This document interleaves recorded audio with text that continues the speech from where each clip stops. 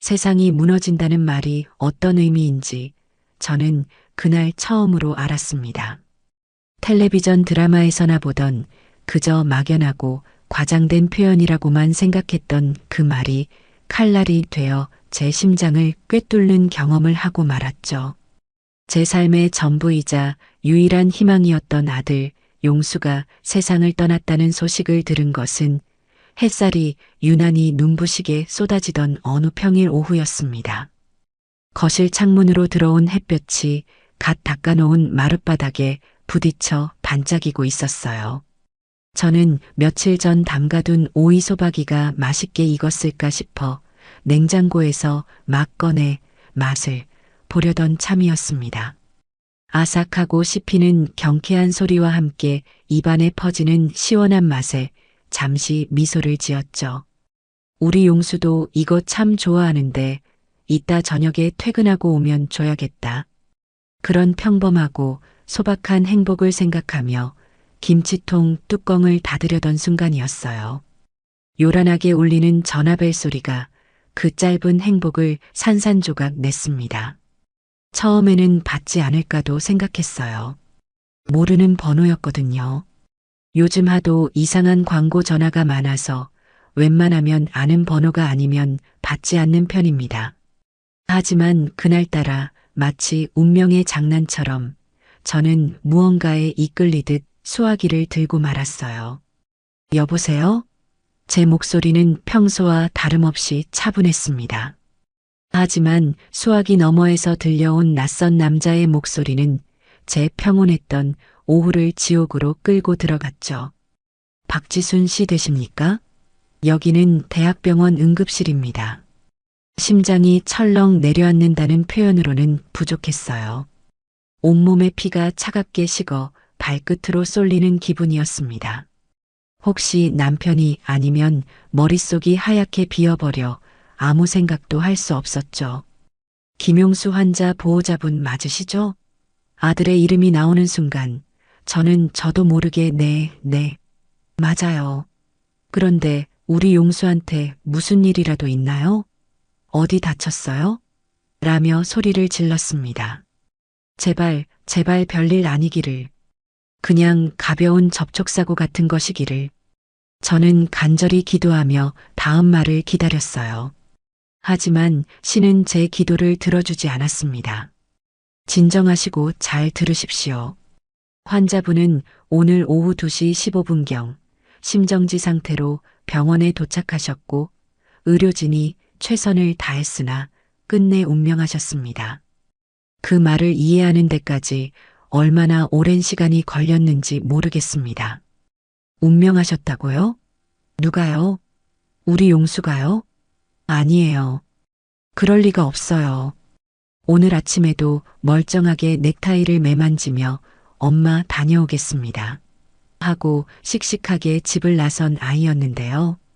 어제 저녁에는 새로 산 셔츠가 잘 어울리냐며 제 앞에서 아이처럼 빙글 돌아보이기도 했고요. 그런 아들이 죽었다니 말도 안 되는 소리였어요. 무슨 그런 말도 안 되는 소리를 하세요. 당신 누구야? 장난 전화하지 마. 저는 이성을 잃고 악을 썼습니다. 하지만 남자는 침착하고도 냉정한 목소리로 다시 한번 말했죠. 보호자분, 마음 아프신 건 알겠지만 사실입니다. 병원으로 오셔서 직접 확인하셔야 합니다. 그 말을 끝으로 전화는 끊겼습니다. 저는 한동안 끊어진 전화기를 귀에 댄 채로 그 자리에 서 있었습니다. 뚜뚜뚜. 차가운 기계음만이 귓가를 맴돌았죠. 손에서 힘이 풀리며 수화기가 바닥으로 떨어졌고 쨍그랑하는 소리와 함께 제가 들고 있던 오이 소박이 그릇도 산산조각이 났습니다. 방금 전까지 제게 작은 행복을 주었던 초록색 오이들이 사방으로 흩어지는 모습을 멍하니 바라보았어요. 그러다 저도 모르게 무릎을 꿇고 주저앉았습니다. 눈물이 나오지 않았어요. 소리도 지를 수 없었죠. 그저 온 세상의 소리가 사라진 듯한 정막 속에서 제 심장이 더는 뛰지 않는 것 같은 기분만이 저를 감쌀 뿐이었습니다. 그렇게 얼마나 시간이 흘렀을까요? 정신을 차려보니 저는 이미 옷을 갈아입고 현관문을 나서고 있었습니다. 어떻게 옷을 갈아입었는지, 지갑과 휴대폰은 어떻게 챙겼는지 아무것도 기억나지 않아요. 그저 빨리 병원으로 가야 한다는 생각, 가서 내 눈으로 직접 확인하기 전까지는 절대 믿지 않겠다는 생각만이 제 몸을 움직이게 했습니다. 택시를 타고 병원으로 가는 내내 저는 창밖만 하염없이 바라보았습니다.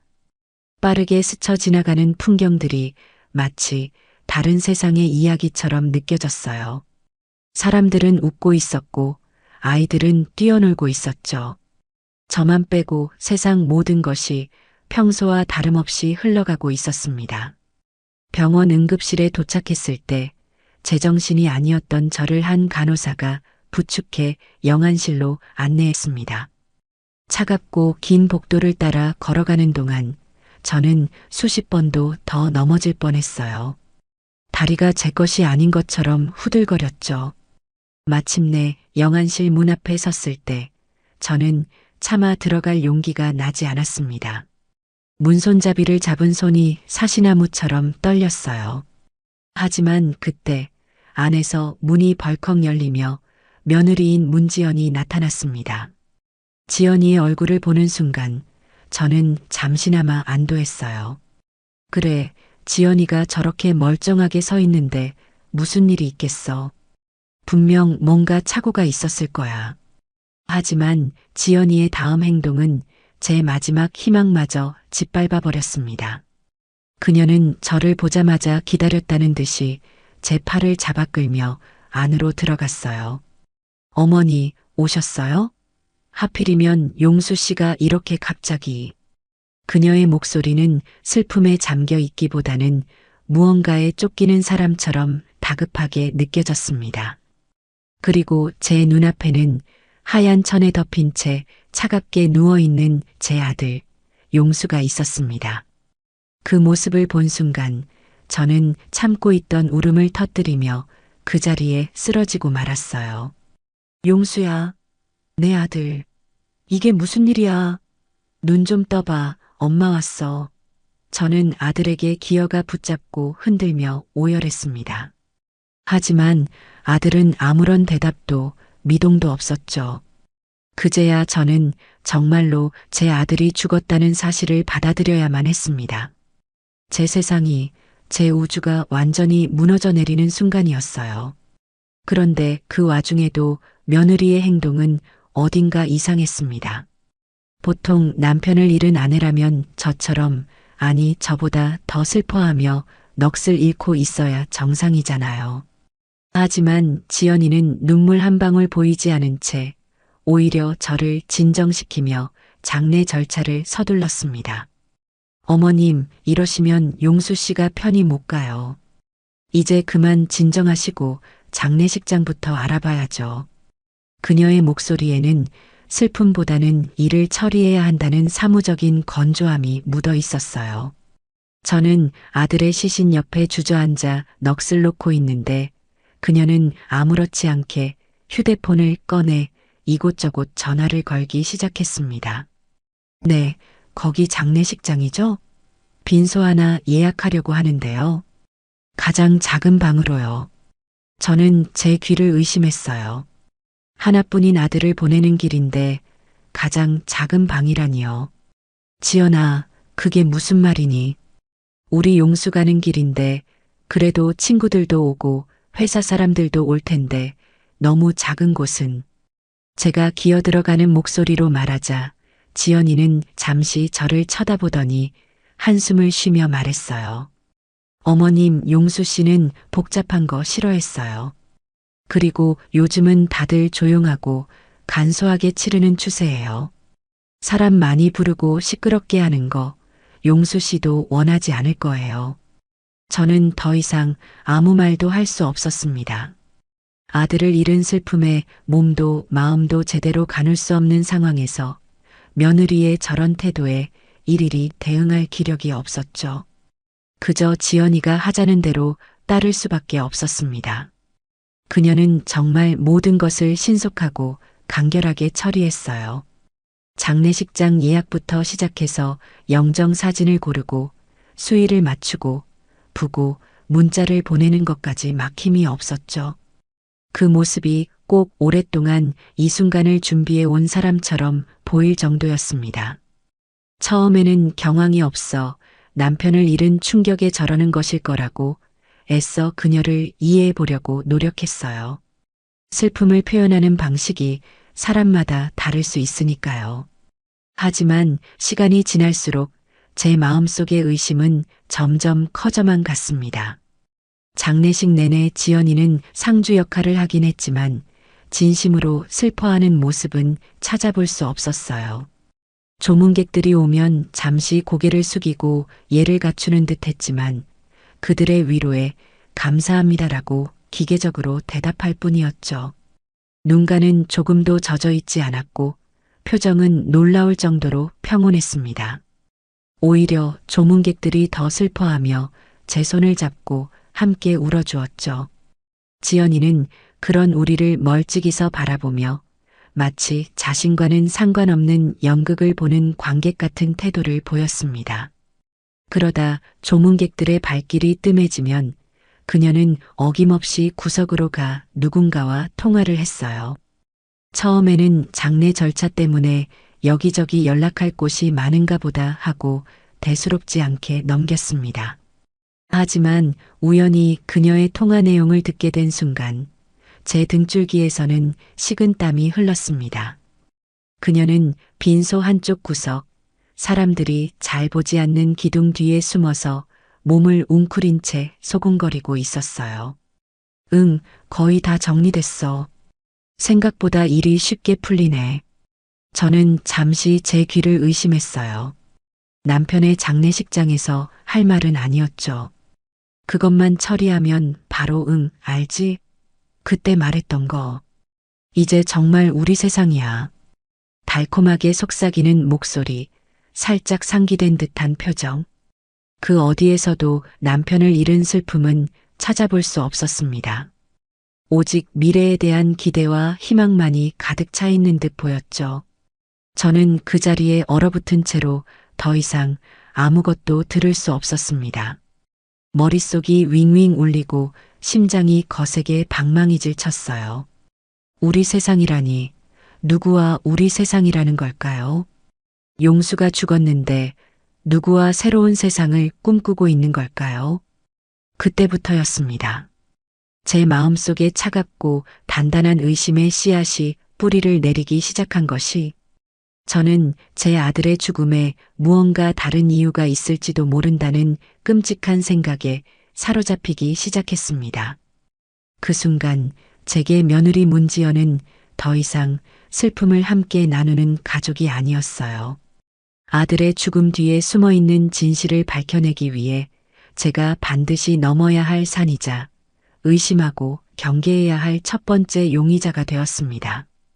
장례는 며느리의 뜻대로 정말 조용하고 간소하게 마치 아무 일도 없었다는 듯이 빠르게 끝났습니다. 아들을 차가운 땅에 묻고 돌아오는 길, 하늘은 무심하게도 구름 한 점 없이 맑았죠. 저는 텅 빈 집으로 돌아와 며칠을 알아누웠습니다. 밥도 넘기지 못하고 물만 간신히 마시며 그저 아들의 이름만 되뇌었죠. 눈을 감으면 아들의 웃는 얼굴이, 눈을 뜨면 마지막으로 보았던 차가운 모습이 아른거려 잠을 이룰 수도 없었습니다. 제 삶은 이제 끝났다고 생각했어요. 유일한 희망이자 버팀목이었던 아들이 사라진 세상에서 더 이상 살아갈 의미를 찾을 수 없었거든요. 그렇게 폐인처럼 며칠을 보내고 있는데 문득 정신이 번쩍 들었습니다. 아들의 유품이라도 정리해야겠다. 이대로 주저앉아 있을 수만은 없었어요. 아들이 마지막까지 머물렀던 공간에 가서 아들의 손때 묻은 물건들을 정리하며 마지막 인사를 해야겠다는 생각이 들었죠. 어쩌면 그곳에 아들이 제게 남긴 마지막 흔적이라도 남아있을지 모른다는 막연한 기대감도 있었습니다. 저는 떨리는 손으로 휴대폰을 들어 며느리 지연이에게 전화를 걸었습니다. 신호음은 한참 동안 이어졌지만 그녀는 전화를 받지 않았죠. 벌써 10번은 넘게 건 전화였습니다. 장례식 이후로 그녀는 제 연락을 단 한 번도 받지 않았어요. 처음에는 남편을 잃은 슬픔 때문에 그럴 것이라고, 혼자만의 시간이 필요한 것일 거라고 애써 이해하려 했습니다. 하지만 장례식장에서 보았던 그녀의 수상한 행동과 통화 내용이 자꾸만 마음에 걸렸죠. 혹시 무슨 일이 있는 건 아닐까? 덜컥 겁이 났습니다. 좋은 예감은 아니었어요. 아들이 그렇게 허망하게 떠났는데 며느리에게까지 무슨 일이 생기면 저는 정말 살아갈 수 없을 것 같았죠. 아니면 혹시 일부러 제 전화를 피하는 걸까요? 그런 생각까지 미치자 더는 집에 앉아 있을 수가 없었습니다. 저는 급하게 옷을 챙겨 입고 아들 내외가 살던 집으로 향했어요. 택시를 타고 아들의 아파트로 가는 내내 마음이 불안해 손톱을 물어뜯었습니다. 제발 아무 일도 없기를. 그냥 내가 너무 예민하게 구는 것이기를. 지연이가 문을 열어주며 어머님, 제가 너무 정신이 없어서 전화를 못 받았어요. 죄송해요. 라고 말해주기를 간절히 바랐어요. 아파트 단지에 들어서자 익숙한 풍경이 눈에 들어왔습니다. 용수가 결혼하고 신혼집을 꾸렸을 때 제가 얼마나 기뻐하며 이곳을 드나들었는지 모릅니다. 가구 하나, 소품 하나를 고를 때마다 저와 상의하던 아들의 모습이 눈에 선했죠. 현관 앞에 도착해 숨을 고른 뒤 초인종을 눌렀습니다. 띵동 마이너스 맑은 소리가 복도에 울려 퍼졌지만 안에서는 아무런 인기척도 없었어요. 저는 다시 한번 그리고 또 한 번 초인종을 눌렀습니다. 하지만 대답은 없었죠. 집에 없나? 어디 나갔나? 불안한 마음이 들었지만 한편으로는 다행이라는 생각도 들었습니다. 집에 없다는 건 적어도 집안에서 무슨 일이 생긴 건 아니라는 뜻이니까요. 저는 아들이 알려주었던 현관문 비밀번호를 누르기 위해 도어록 앞으로 다가갔습니다. 아들의 생일과 제 생일을 조합해서 만든 세상에 단 하나뿐인 우리만의 비밀번호였죠. 그런데 비밀번호를 누르고 확인 버튼을 누르는 순간 도어록에서는 경쾌한 멜로디 대신 차가운 기계음이 흘러나왔습니다. 삐비빅 마이너스 등록되지 않은 번호입니다. 저는 순간 제 귀를 의심했어요. 제가 번호를 잘못 눌렀나 싶어 다시 한번 천천히 숫자를 하나하나 확인하며 눌렀습니다. 하지만 결과는 마찬가지였죠. 삐비빅 마이너스 등록되지 않은 번호입니다. 그제야 저는 깨달았습니다.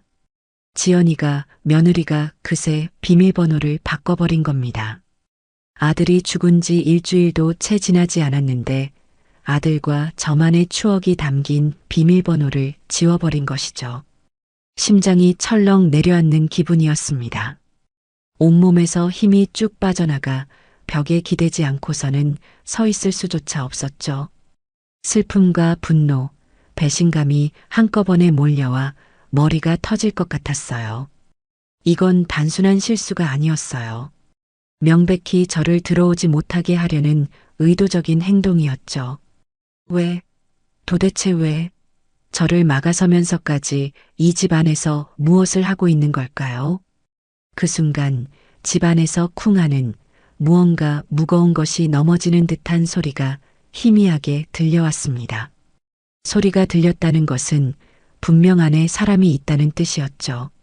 지연아, 안에 있는 거 다 안다. 문 좀 열어보거라. 저는 이성을 잃고 현관문을 세게 두드리며 소리쳤습니다. 제 목소리가 텅 빈 복도를 울렸지만 안에서는 아무런 대답도 들려오지 않았어요. 대신 무언가를 다급하게 끄는 듯한 소리, 부산하게 움직이는 소리가 연이어 들려왔습니다.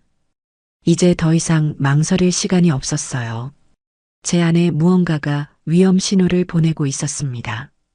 저 문 너머에서 제 아들의 흔적이 가득한 저 집안에서 결코 일어나서는 안 될 일이 벌어지고 있다는 강한 확신이 들었죠.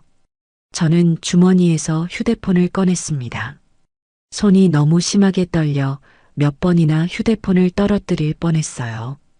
간신히 112 버튼을 누르며 저는 마지막으로 굳게 닫힌 현관문을 노려보았습니다. 불길한 예감은 한 번도 틀린 적이 없었죠. 저는 떨리는 목소리로 경찰에게 상황을 설명했습니다.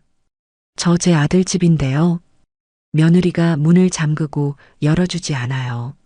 안에서 이상한 소리가 들리는데 너무 불안해서요. 제발, 제발 빨리 좀 와주세요. 제 목소리는 이미 울음으로 잔뜩 젖어 있었습니다. 전화를 끊고 나서도 저는 그 자리를 떠나지 못하고 문에 귀를 기댄 채 안의 상황을 살폈어요. 잠시 부산스럽게 들려오던 소리는 어느새 잦아들고 섬뜩한 정적만이 흘렀습니다. 그 정적이 제 심장을 더욱더 옥죄어 왔습니다. 곧이어 복도 저편에서 여러 개의 발걸음 소리가 들려오기 시작했습니다. 잠시 후 제가 신고한 경찰 2명과 함께 열쇠 수리공 아저씨가 도착했습니다. 저는 그들을 보자마자 다리에 힘이 풀려 주저앉을 뻔한 것을 간신히 참았죠. 경찰은 제게 다가와 신분증을 요구하며 상황을 다시 한번 물었습니다. 정말로 이 집 주인 아드님의 어머님이 맞으십니까? 가족 간의 문제일 수도 있어서 저희가 함부로 문을 열어드릴 수는 없습니다. 그의 목소리는 지극히 사무적이었지만 저는 그를 원망할 수 없었어요. 당연한 절차였으니까요. 저는 떨리는 손으로 신분증을 꺼내 보여주며 아들과 제가 모자 관계임을 증명하는 서류까지 보여주었습니다. 그리고 며느리가 전화를 받지 않는 상황과 안에서 들려온 이상한 소리, 그리고 갑자기 바뀐 비밀번호에 대해 차근차근 설명했죠. 제 이야기가 길어질수록 처음에는 반신반의하던 경찰들의 표정도 점차 심각하게 변해갔습니다. 모든 확인 절차가 끝난 후 경찰은 열쇠 수리공에게 고개를 끄덕였습니다. 수리공 아저씨는 익숙한 손놀림으로 공구 가방을 열고 도어록을 해체하기 시작했죠. 위잉 마이너스 하는 날카로운 기계음이 복도 전체에 울려 퍼졌습니다. 그 소리가 마치 제 심장을 파고드는 것처럼 느껴져 저는 저도 모르게 두 눈을 질끈 감았습니다. 제발 문이 열렸을 때 아무 일도 없기를. 그냥 제가 예민해서 벌인 해프닝이기를. 하지만 제 바람과는 달리 문 너머의 상황은 제가 상상했던 것 이상으로 최악이었습니다. 철컥하는 소리와 함께 마침내 문이 열리는 순간 저는 믿을 수 없는 광경을 마주하고 기절할 뻔했습니다. 현관문을 열자마자 보이는 거실은 온통 이삿짐을 싸는데 쓰는 커다란 박스들로 가득 차 있었어요. 마치 누군가 야반도주라도 하려는 것처럼 집안의 모든 살림살이가 해체되어 박스 안에 담기거나 담길 준비를 하고 있었죠. 결혼할 때 제가 직접 골라주었던 소파에는 하얀 천이 씌워져 있었고 아들이 아끼던 책들로 가득했던 책장은 텅 비어 있었습니다. 그리고 제 심장을 가장 아프게 찔렀던 것은 거실 한쪽 벽에 걸려있던 아들의 결혼 사진이었습니다.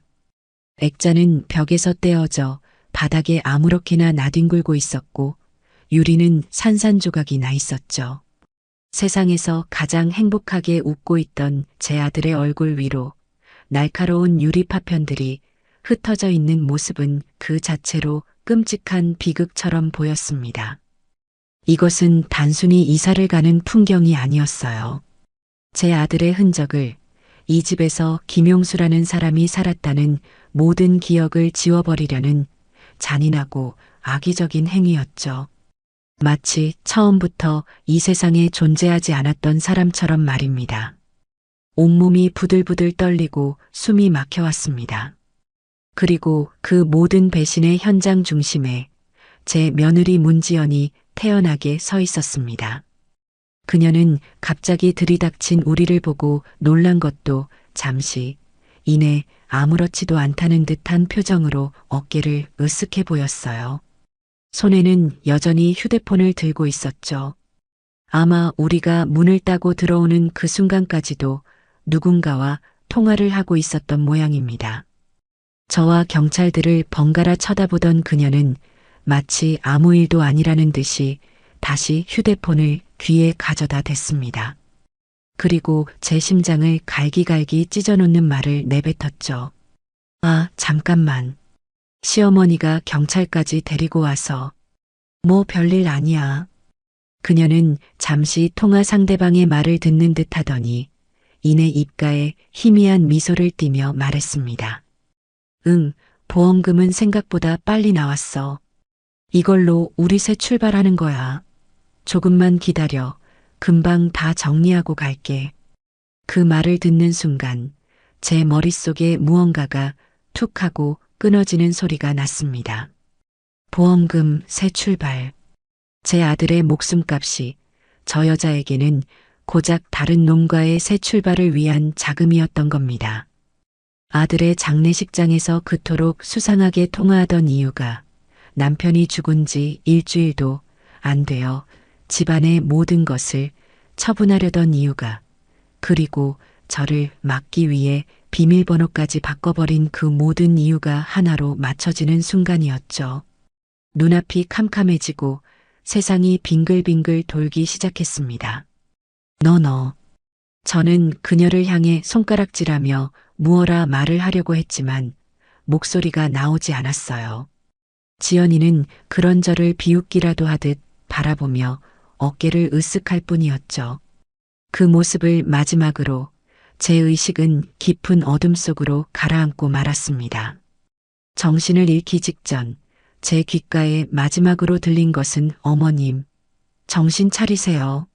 하고 외치는 경찰의 다급한 목소리였습니다. 그 순간 저는 생각했습니다. 이것은 결코 단순한 사고가 아니라고. 제 아들의 죽음 뒤에는 저 악마 같은 여자의 추악한 비밀이 숨겨져 있다는 것을요. 제가 다시 눈을 떴을 때 제 눈에 가장 먼저 들어온 것은 새하얀 병원 천장이었습니다. 코끝에서는 소독약 냄새가 희미하게 났고 팔에는 차가운 링거 주사 바늘이 꽂혀 있었죠. 제가 정신을 잃고 쓰러진 후 경찰들이 저를 병원 응급실로 옮긴 모양이었습니다. 잠시 후 의사가 들어와 제 상태를 확인하며 말했어요. 어르신, 정신이 드세요? 너무 큰 충격을 받으셔서 일시적으로 실신하셨던 겁니다. 다행히 몸에 큰 이상은 없으니 너무 걱정하지 마세요. 하지만 의사의 다정한 위로도 제 귀에는 들리지 않았습니다. 제 머릿속에는 오직 며느리 지연이의 그 악마 같은 미소와 보험금으로 새 출발할 거야 라고 말하던 잔인한 목소리만이 메아리치고 있었거든요. 몸을 추스르고 경찰서로 가 조사를 받았습니다. 하지만 제게 돌아온 대답은 절망뿐이었어요.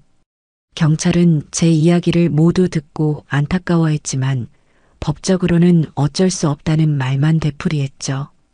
어머님 심정은 충분히 이해합니다. 하지만 문지연 씨는 고 김용수 씨의 법적인 배우자, 즉 상속인입니다. 남편 명의의 집을 처분하든 보험금을 수령하든 법적으로는 아무런 문제가 없어요. 그럼 우리 아들이 그렇게 억울하게 죽었는데 저 여자가 아들 목숨값으로 다른 놈이랑 희희낙낙하는 걸 그냥 보고만 있으란 말입니까? 저는 분통을 터뜨리며 소리쳤습니다. 하지만 경찰은 한숨을 쉬며 고개를 저을 뿐이었죠. 현재로서는 그렇습니다. 문지연 씨가 아드님의 죽음에 직접적으로 관여했다는 명확한 증거가 없는 이상 저희가 할 수 있는 일은 아무것도 없습니다. 법은 제 편이 아니었습니다. 오히려 제 아들의 모든 것을 앗아간 저 악녀의 편이었죠. 저는 허탈한 발걸음으로 텅 빈 집으로 돌아왔습니다. 현관문을 열고 들어서는 순간 아들의 신발이 없다는 사실만으로도 가슴이 미어져 다시 주저앉아 한참을 울었어요. 집안 곳곳에는 아들과의 행복했던 추억들이 먼지처럼 쌓여 있었습니다. 멍하니 소파에 앉아 있는데 거실 장식장 위에 놓인 사진 한 장이 눈에 들어왔죠. 몇 해 전 제 생일에 아들 용수와 함께 찍은 사진이었습니다. 사진 속에서 아들은 세상을 다 가진 듯 환하게 웃으며 제 어깨를 감싸고 있었고 저 역시 그런 아들이 곁에 있다는 사실만으로도 더없이 행복한 미소를 짓고 있었어요. 저 환한 미소를, 저 따뜻한 온기를 이제 두 번 다시는 느낄 수 없다는 사실이 칼날이 되어 심장을 후벼 팠습니다. 저는 사진을 가슴에 품고 한참을 울었습니다. 실컷 울고 나니 뜨거운 눈물과 함께 제 마음속 깊은 곳에서 무언가 차갑고 단단한 것이 솟아오르는 것을 느꼈습니다. 그것은 슬픔을 넘어선 분노였고 체념을 넘어선 결심이었죠. 용수야, 이 어미가 너무 미련했구나. 내 아들이 얼마나 아프고 외로웠을지 생각도 못하고 그저 내 슬픔에만 빠져 있었어. 저는 사진 속 아들의 얼굴을 손으로 어루만지며 속삭였습니다. 이제부터라도 정신 똑바로 차릴게. 네가 왜 그렇게 허망하게 가야만 했는지, 그 계집이 네 뒤에서 무슨 짓을 꾸몄는지 이 엄마가 하나도 빠짐없이 다 밝혀낼 거야. 그리고 네가 겪었을 고통 1000배, 10,000배로 되돌려줄게. 그러니 하늘에서 조금만 지켜보고 있어. 저는 눈물을 닦고 자리에서 일어났습니다. 더 이상 슬퍼하며 주저앉아 있을 시간이 없었어요. 법이 저 악녀를 심판할 수 없다면 제가 직접 심판하기로 마음먹었습니다.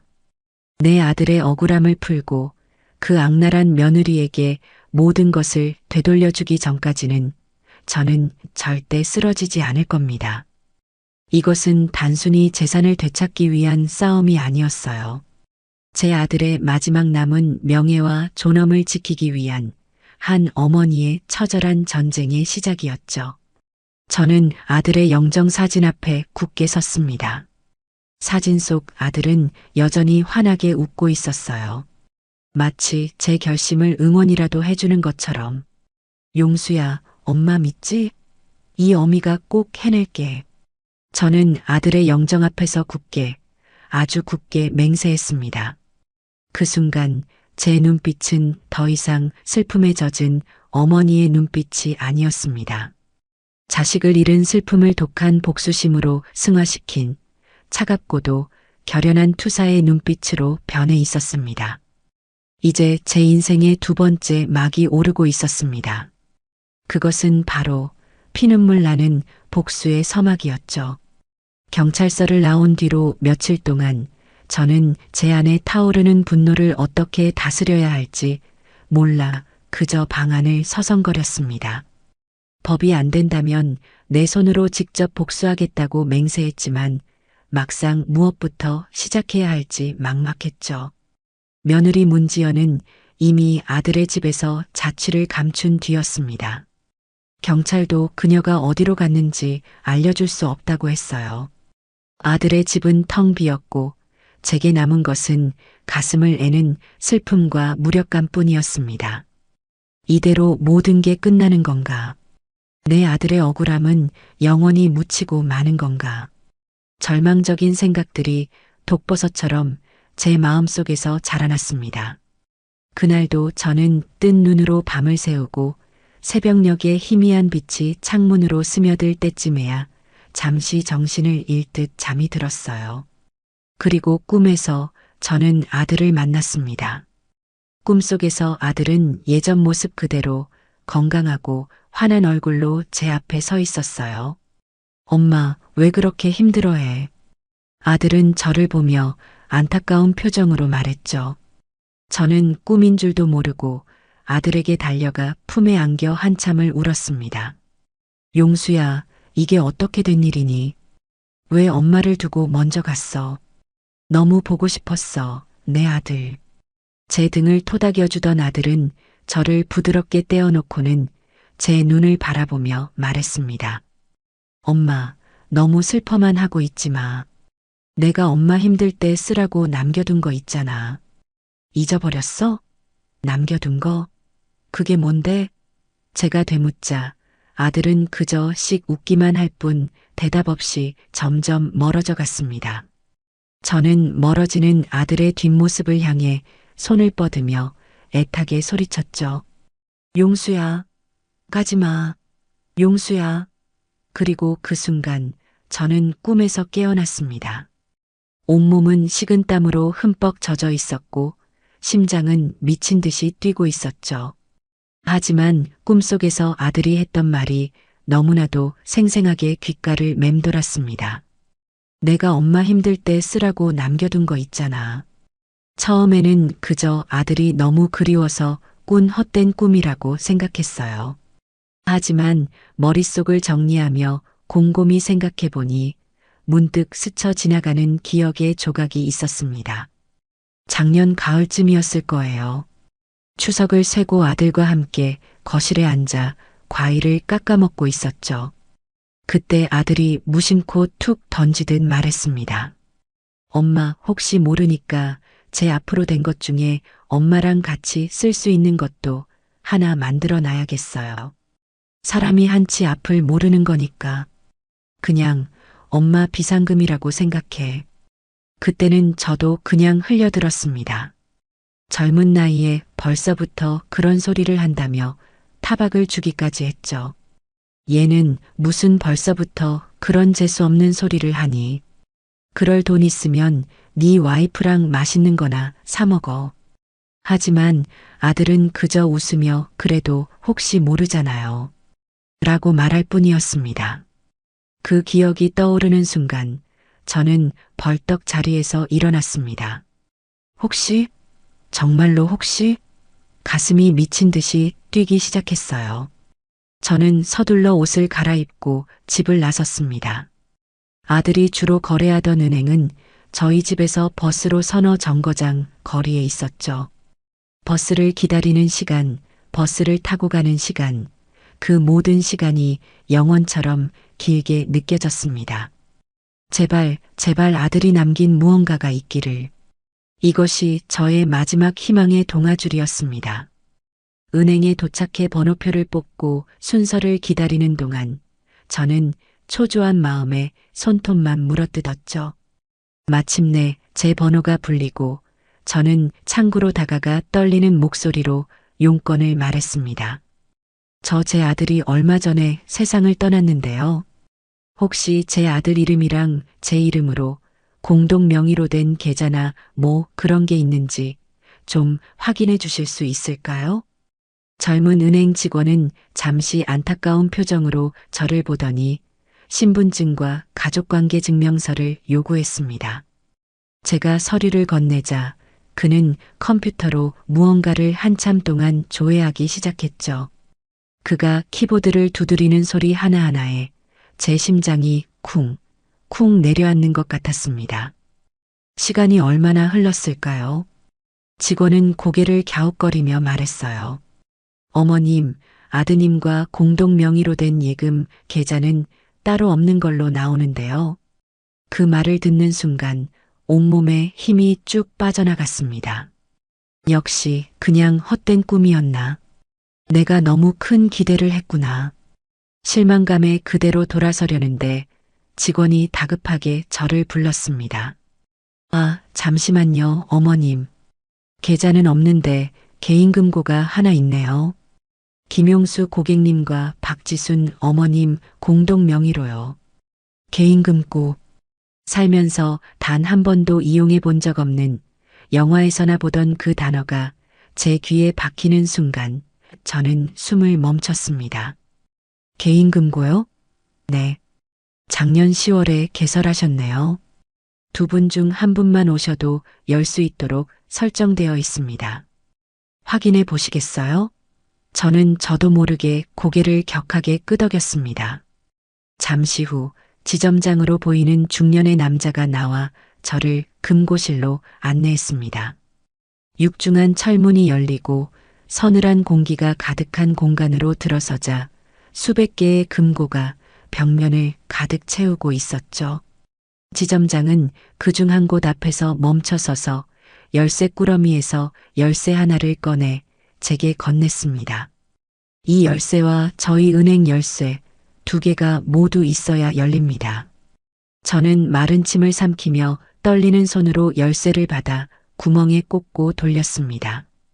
지점장이 나머지 열쇠를 돌리자 철컥하는 묵직한 소리와 함께 금고 문이 열렸죠. 금고 안은 생각보다 작았습니다. 그리고 그 안에는 묵직한 서류 봉투 하나와 작은 상자, 그리고 USB 메모리 하나가 덩그러니 놓여 있었어요. 서류 봉투 위에는 사랑하는 우리 엄마에게라고 적힌 아들의 필체가 선명했습니다. 그 글씨를 보는 순간 참고 있던 눈물이 다시 왈칵 쏟아졌죠. 이것이 정말로 아들이 제게 남긴 마지막 선물이자 이 지옥 같은 상황을 벗어날 수 있는 유일한 열쇠일지도 모른다는 생각이 들었습니다. 저는 직원들의 부축을 받으며 금고 안의 내용물을 모두 챙겨 밖으로 나왔습니다. 은행을 나서는 제 발걸음은 조금 전과는 비교할 수 없을 정도로 무거우면서도 한편으로는 희망으로 가득 차 있었습니다. 이제 모든 것은 저 봉투와 USB 안에 달려 있었죠. 저는 봉투를 가슴에 꼭 품은 채 서둘러 집으로 향했습니다. 집으로 돌아오는 내내 제 심장은 금방이라도 터져 나올 것처럼 세차게 뛰었습니다. 혹시나 누가 뺏어가기라도 할까봐 아들의 유품이 담긴 가방을 두 손으로 꼭 끌어안았죠. 현관문을 잠그고 들어오자마자 저는 식탁 위에 가방 속 내용물을 모두 쏟아냈습니다. 가장 먼저 손이 간 것은 역시 아들의 필체로 사랑하는 우리 엄마에게라고 적힌 편지 봉투였어요. 떨리는 손으로 봉투를 열자 정성스럽게 접힌 편지지 여러 장이 나왔습니다. 엄마, 이 편지를 읽고 있다는 건 아마 제가 엄마 곁에 없다는 뜻이겠지요. 그리고 엄마가 이 금고를 열었다는 건 문지연이라는 여자가 엄마를 힘들게 하고 있다는 뜻일 거고요. 미리 다 말씀드리지 못해서 죄송해요. 엄마 걱정하실까봐, 그리고 제 가정이 깨지는 모습을 보여드리고 싶지 않아서 혼자 끙끙 앓았어요. 저는 바보가 아니었어요, 엄마. 처음에는 정말 사랑이라고 믿었지만 시간이 지날수록 지연 씨가 원하는 건 제 사랑이 아니라 제 돈이라는 걸 깨닫게 되었어요. 편지의 첫 구절을 읽는 순간 저는 목이 메어 더 이상 읽을 수가 없었습니다. 내 아들이, 그 착하고 순하기만 했던 내 아들이 혼자서 얼마나 아프고 외로웠을까요?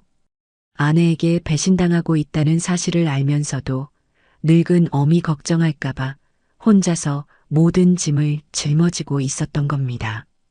저는 한참을 울며 아들의 이름을 부르짖었습니다. 가슴을 치고 통곡하며 지켜주지 못한 아들에게 미안하다고 몇 번이고 사죄했죠. 한참을 운 뒤에야 저는 다시 마음을 다잡고 편지를 읽어 내려갔습니다. 편지에는 지연이의 사치와 의심스러운 행동들, 그리고 아들이 이혼을 결심하고 증거를 모으기 시작한 과정이 상세하게 적혀 있었습니다. 그래서 결심했어요. 그냥 이혼만 해주는 걸로는 부족하다고요. 그 여자가 제게 주었던 상처와 배신감을 그대로 돌려주고 싶었어요. 그리고 무엇보다 제가 평생 땀 흘려 모은 재산을 그 여자와 그 배후의 남자에게 넘겨줄 수는 없었어요. 이 USB 안에 제가 그동안 모은 모든 증거를 담아두었어요. 엄마, 부디 이걸로 그 여자에게 죄의 대가를 치르게 해주세요. 그리고 엄마, 부디 너무 슬퍼하지 마세요. 저는 엄마 아들이어서 정말 행복했어요. 하늘에서라도 엄마가 행복하게 웃는 모습 지켜볼게요. 사랑해요, 엄마. 편지의 마지막 구절을 읽고 저는 더 이상 울지 않았습니다. 눈물 대신 제 안에는 차가운 분노와 함께 반드시 복수를 성공시켜야 한다는 강철 같은 의지가 자리 잡았죠. 아들의 마지막 부탁이자 유언이었습니다. 저는 아들의 뜻을 이어받아 이 전쟁을 반드시 승리로 이끌어야만 했습니다. 저는 눈물을 닦고 책상 서랍 깊숙한 곳에 넣어두었던 낡은 노트북을 꺼냈습니다. 아들이 대학생 때 쓰던 것을 제가 혹시나 인터넷으로 무언가를 찾아볼 때 쓰라며 주고 간 것이었죠. 컴퓨터를 잘 다루지는 못했지만 지금은 그런 것을 따질 때가 아니었습니다. 전원 버튼을 누르고 한참 만에 켜진 노트북에 아들이 남긴 USB를 조심스럽게 꽂았습니다.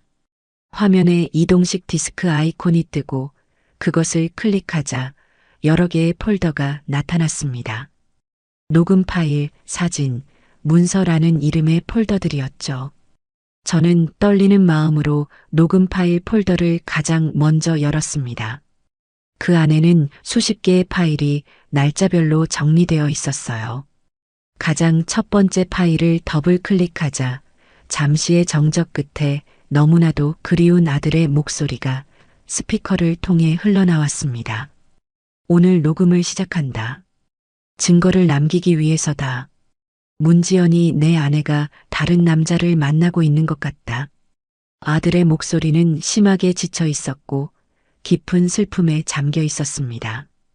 그것은 아들의 음성 일기였어요. 저는 스피커에 귀를 바싹 댄 채 숨을 죽이고 아들의 목소리에 집중했습니다. 아들의 일기는 충격적이었어요. 처음에는 작은 의심으로 시작되었습니다.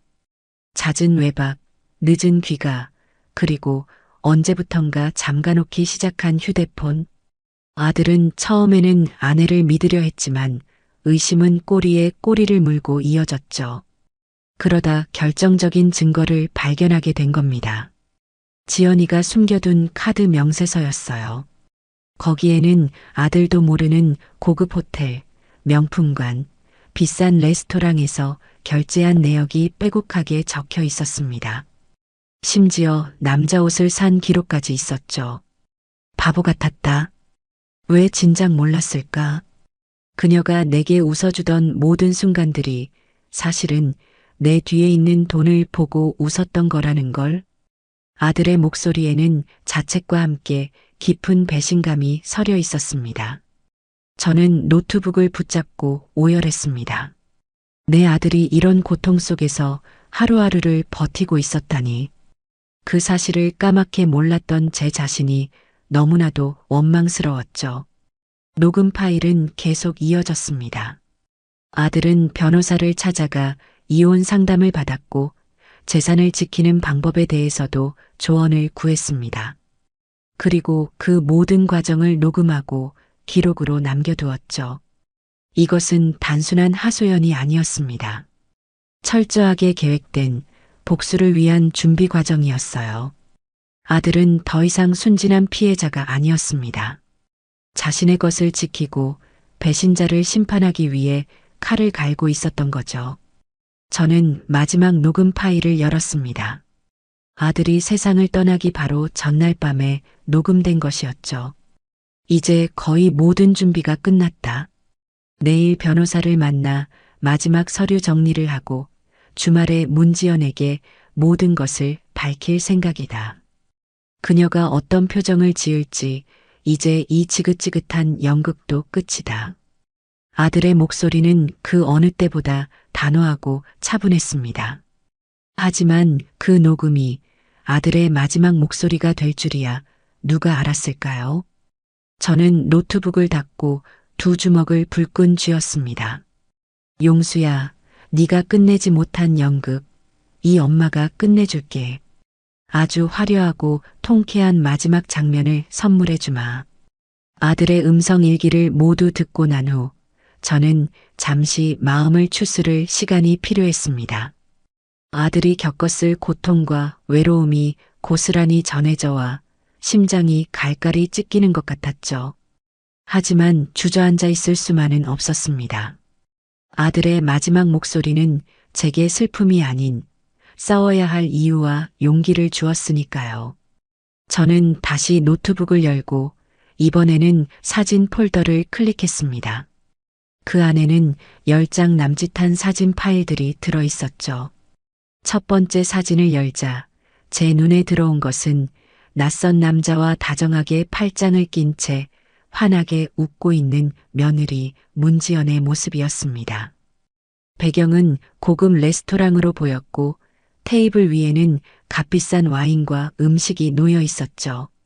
지연이는 제 아들 앞에서는 단 한 번도 보여준 적 없는 정말 행복하고 사랑에 빠진 여자의 표정을 하고 있었습니다. 사진 속 남자는 누가 봐도 번지르르하게 생긴 얼굴이었어요. 비싼 옷과 시계, 그리고 여유로운 미소까지.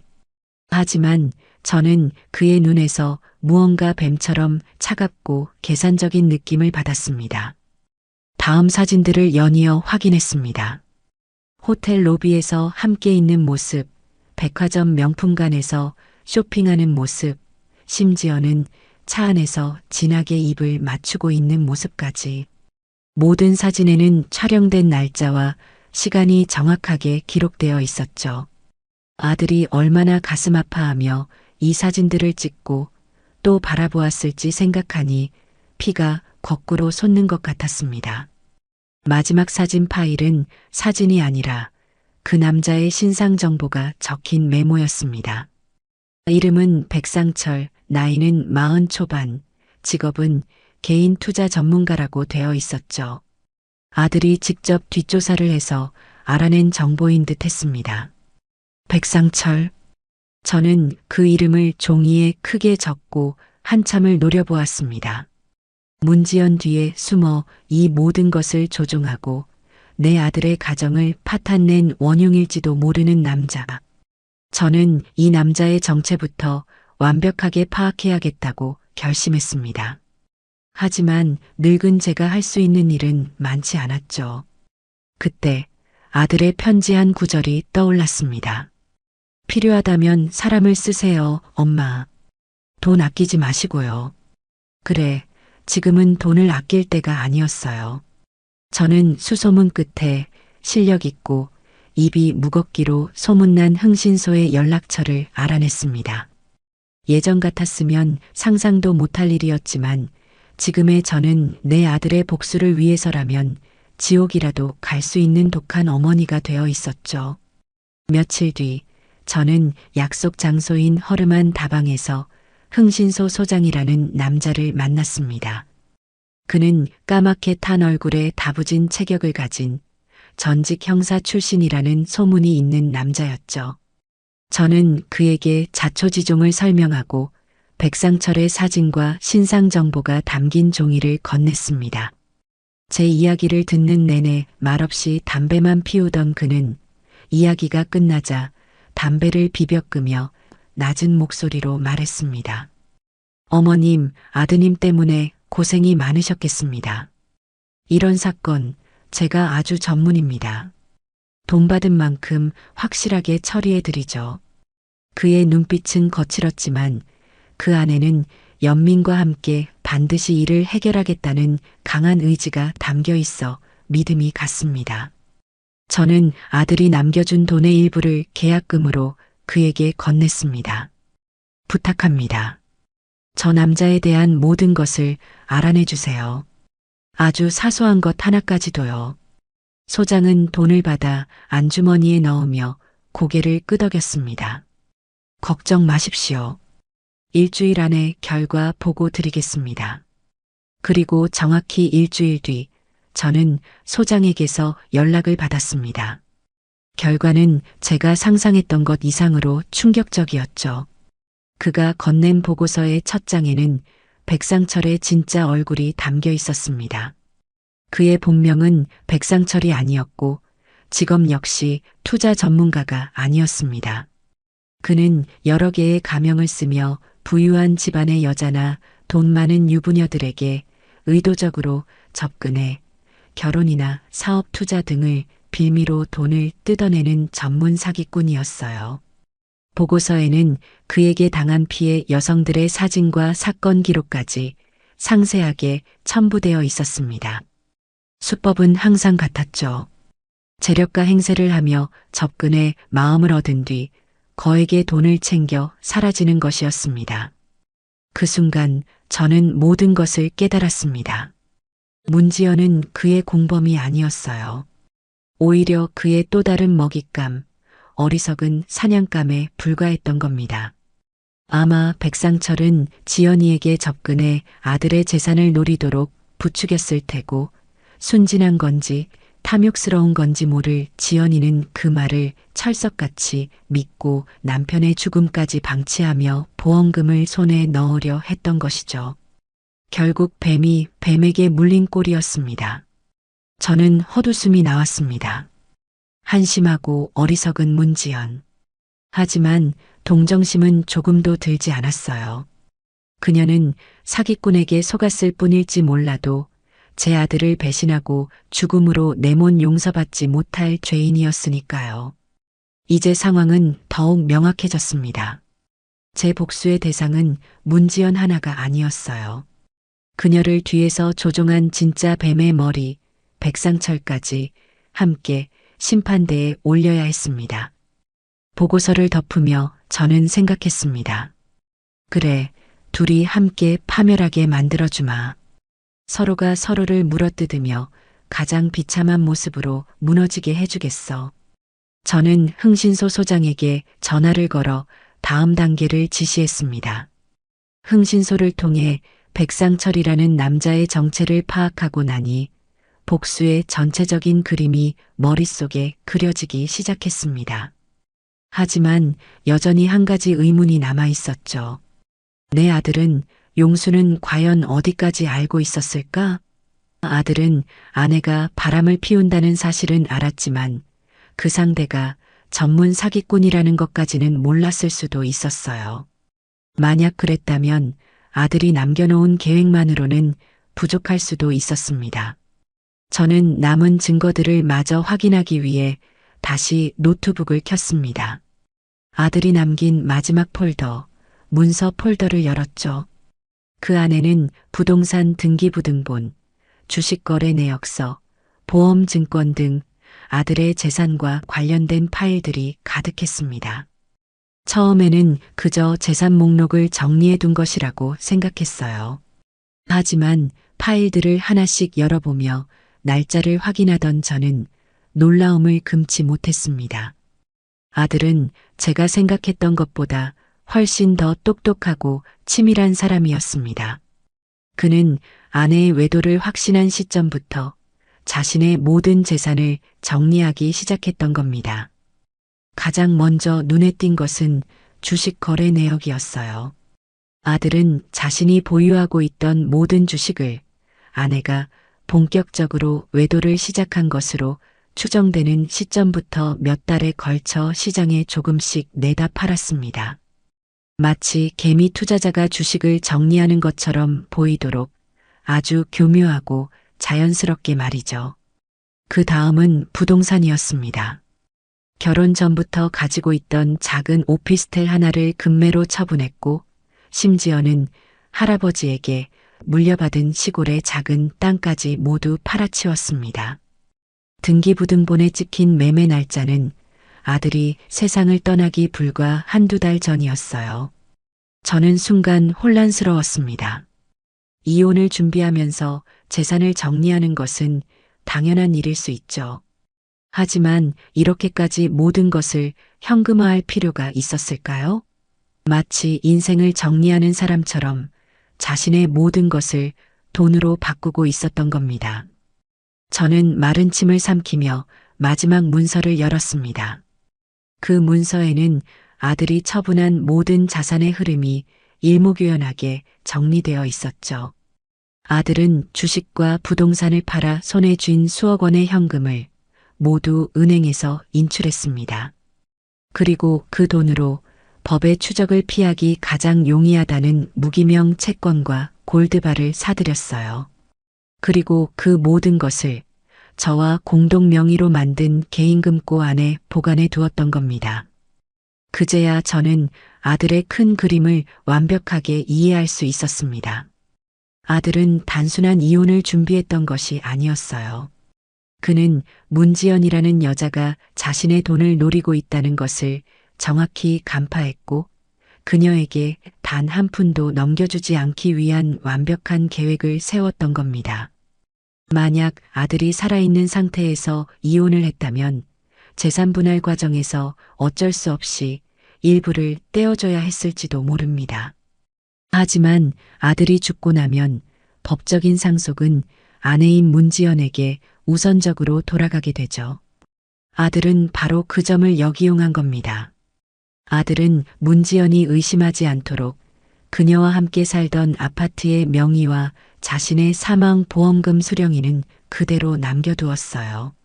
문지연과 백상철이 노리는 것은 바로 그 두 가지였을 테니까요. 그들은 그것만으로도 충분히 큰 돈을 손에 쥔다고 생각했겠죠. 하지만 그것은 아들 전체 재산의 아주 작은 일부에 불과했습니다. 진짜 알짜배기 재산은 모두 제 이름으로 된 개인금고 안에 안전하게 보관되어 있었던 거죠. 아들은 자신의 목숨을 담보로 탐욕스러운 아내와 그 배후의 사기꾼에게 거대한 덫을 놓았던 겁니다. 니들이 원하는 건 돈이지? 그래, 줄게. 하지만 그건 내 재산의 껍데기일 뿐이야. 진짜 알맹이는 내 어머니에게 돌아갈 거고 니들은 그 껍데기를 차지하기 위해 발버둥 치다가 결국 파멸하게 될 거다. 마치 아들의 목소리가 귓가에 들리는 듯 했습니다. 저는 더 이상 눈물이 나지 않았습니다. 대신 아들에 대한 자랑스러움과 존경심이 가슴 깊은 곳에서부터 차올랐죠. 내 아들은 결코 나약한 피해자가 아니었어요. 그는 마지막 순간까지 자신의 존엄과 재산을 지키기 위해 싸운 영리하고 용감한 전사였습니다. 그리고 이제 제게 임무를 넘겨준 것이죠. 어머니, 제가 깔아놓은 판 위에서 이제 어머니가 화려하게 춤을 출 차례입니다. 저는 노트북을 덮었습니다.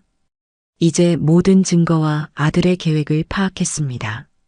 부족한 부분은 흥신소를 통해 채워나가면 될 것이고요.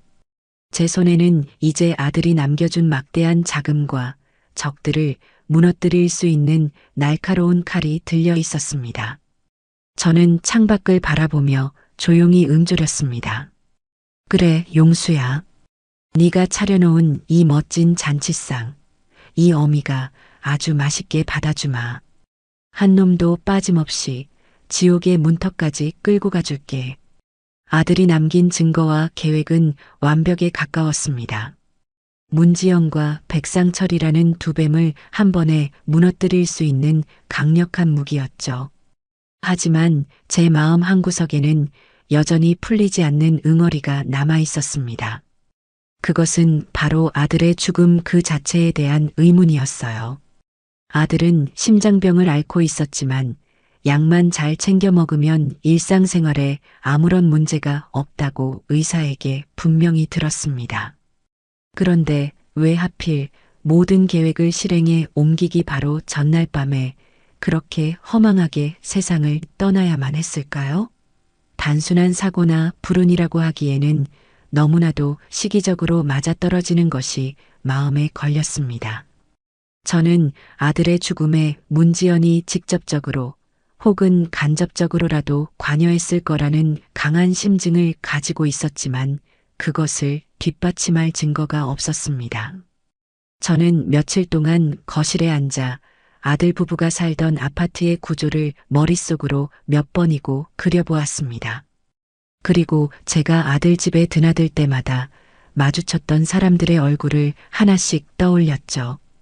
경비 아저씨, 청소 아주머니, 그리고 바로 옆집에 살던 인상 좋고 친절했던 아주머니.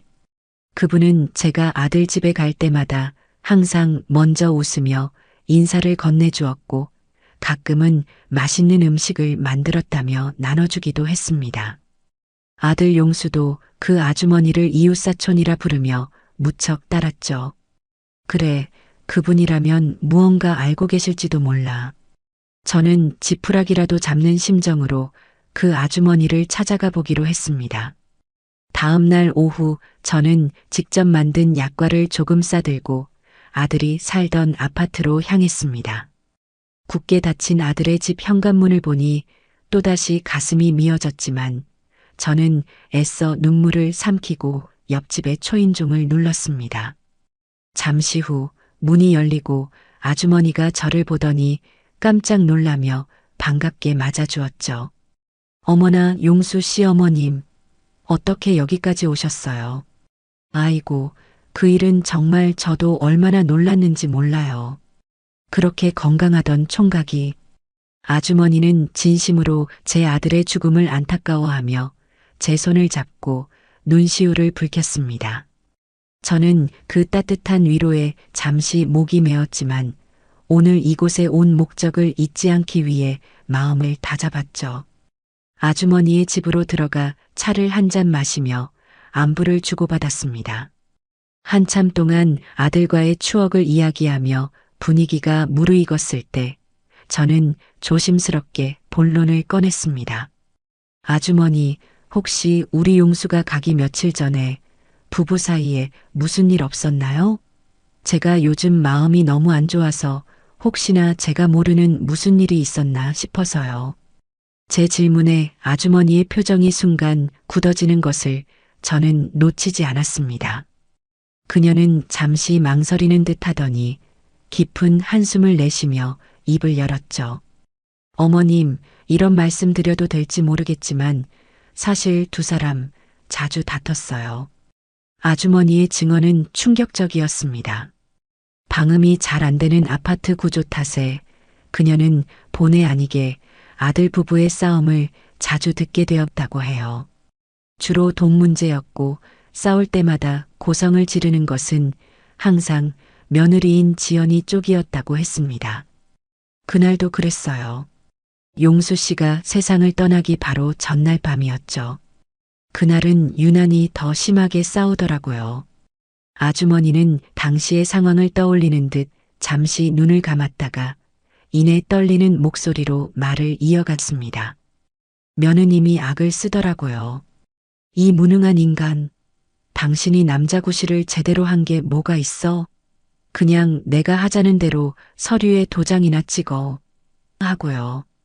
무슨 서류인지는 모르겠지만 용수 씨는 아무 대답도 못하고 한숨만 푹푹 쉬는 소리가 들렸어요.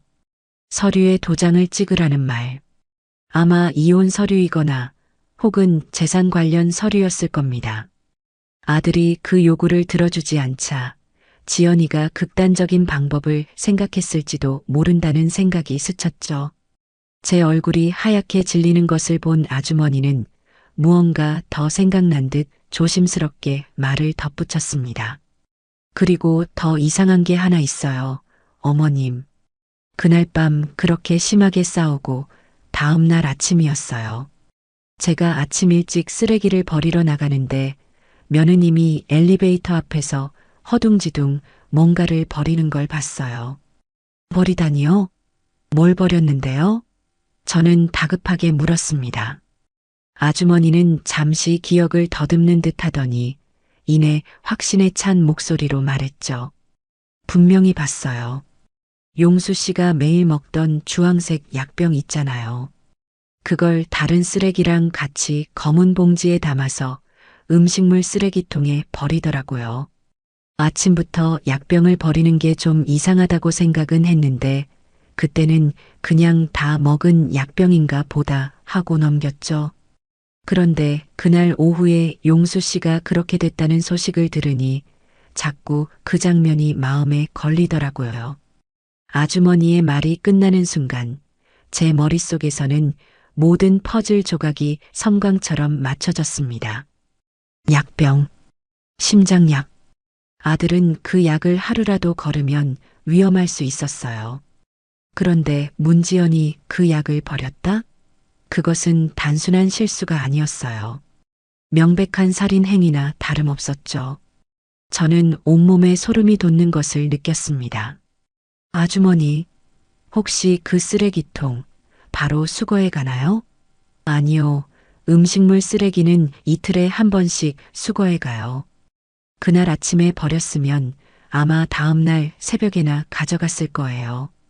아주머니의 말이 끝나기가 무섭게 저는 자리에서 벌떡 일어났습니다. 아주머니, 정말 감사합니다. 이 은혜는 평생 잊지 않을게요.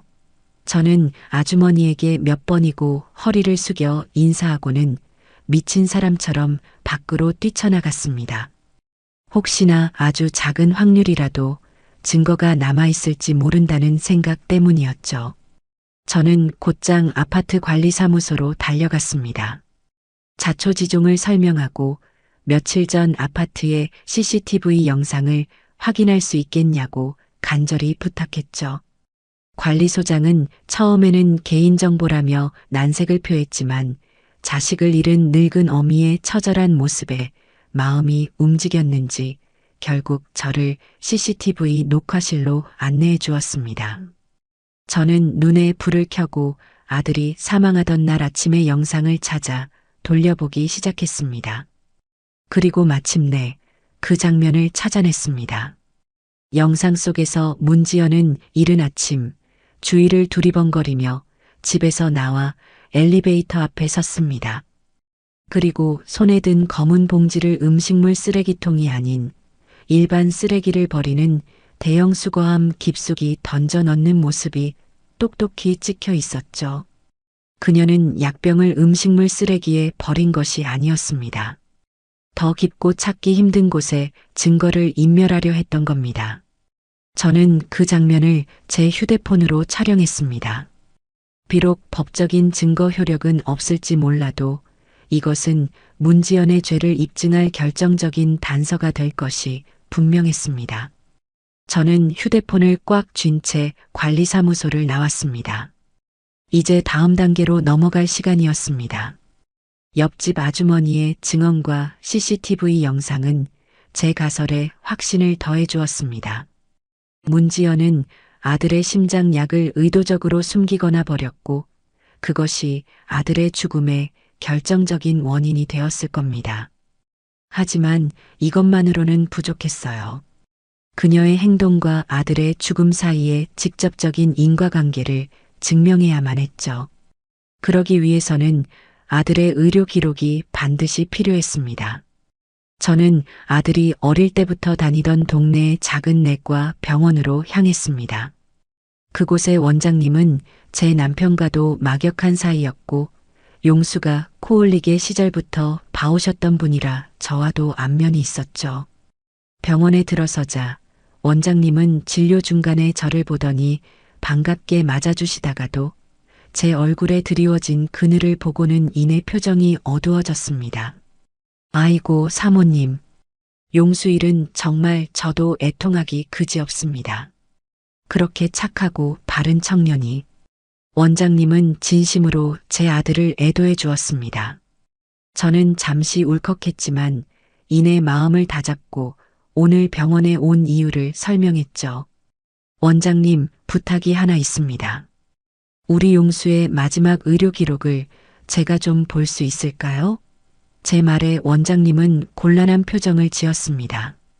사모님 마음은 이해하지만 의료법상 환자 본인이 아니면 진료 기록을 열람할 수가 없습니다. 가족이라도 말이죠.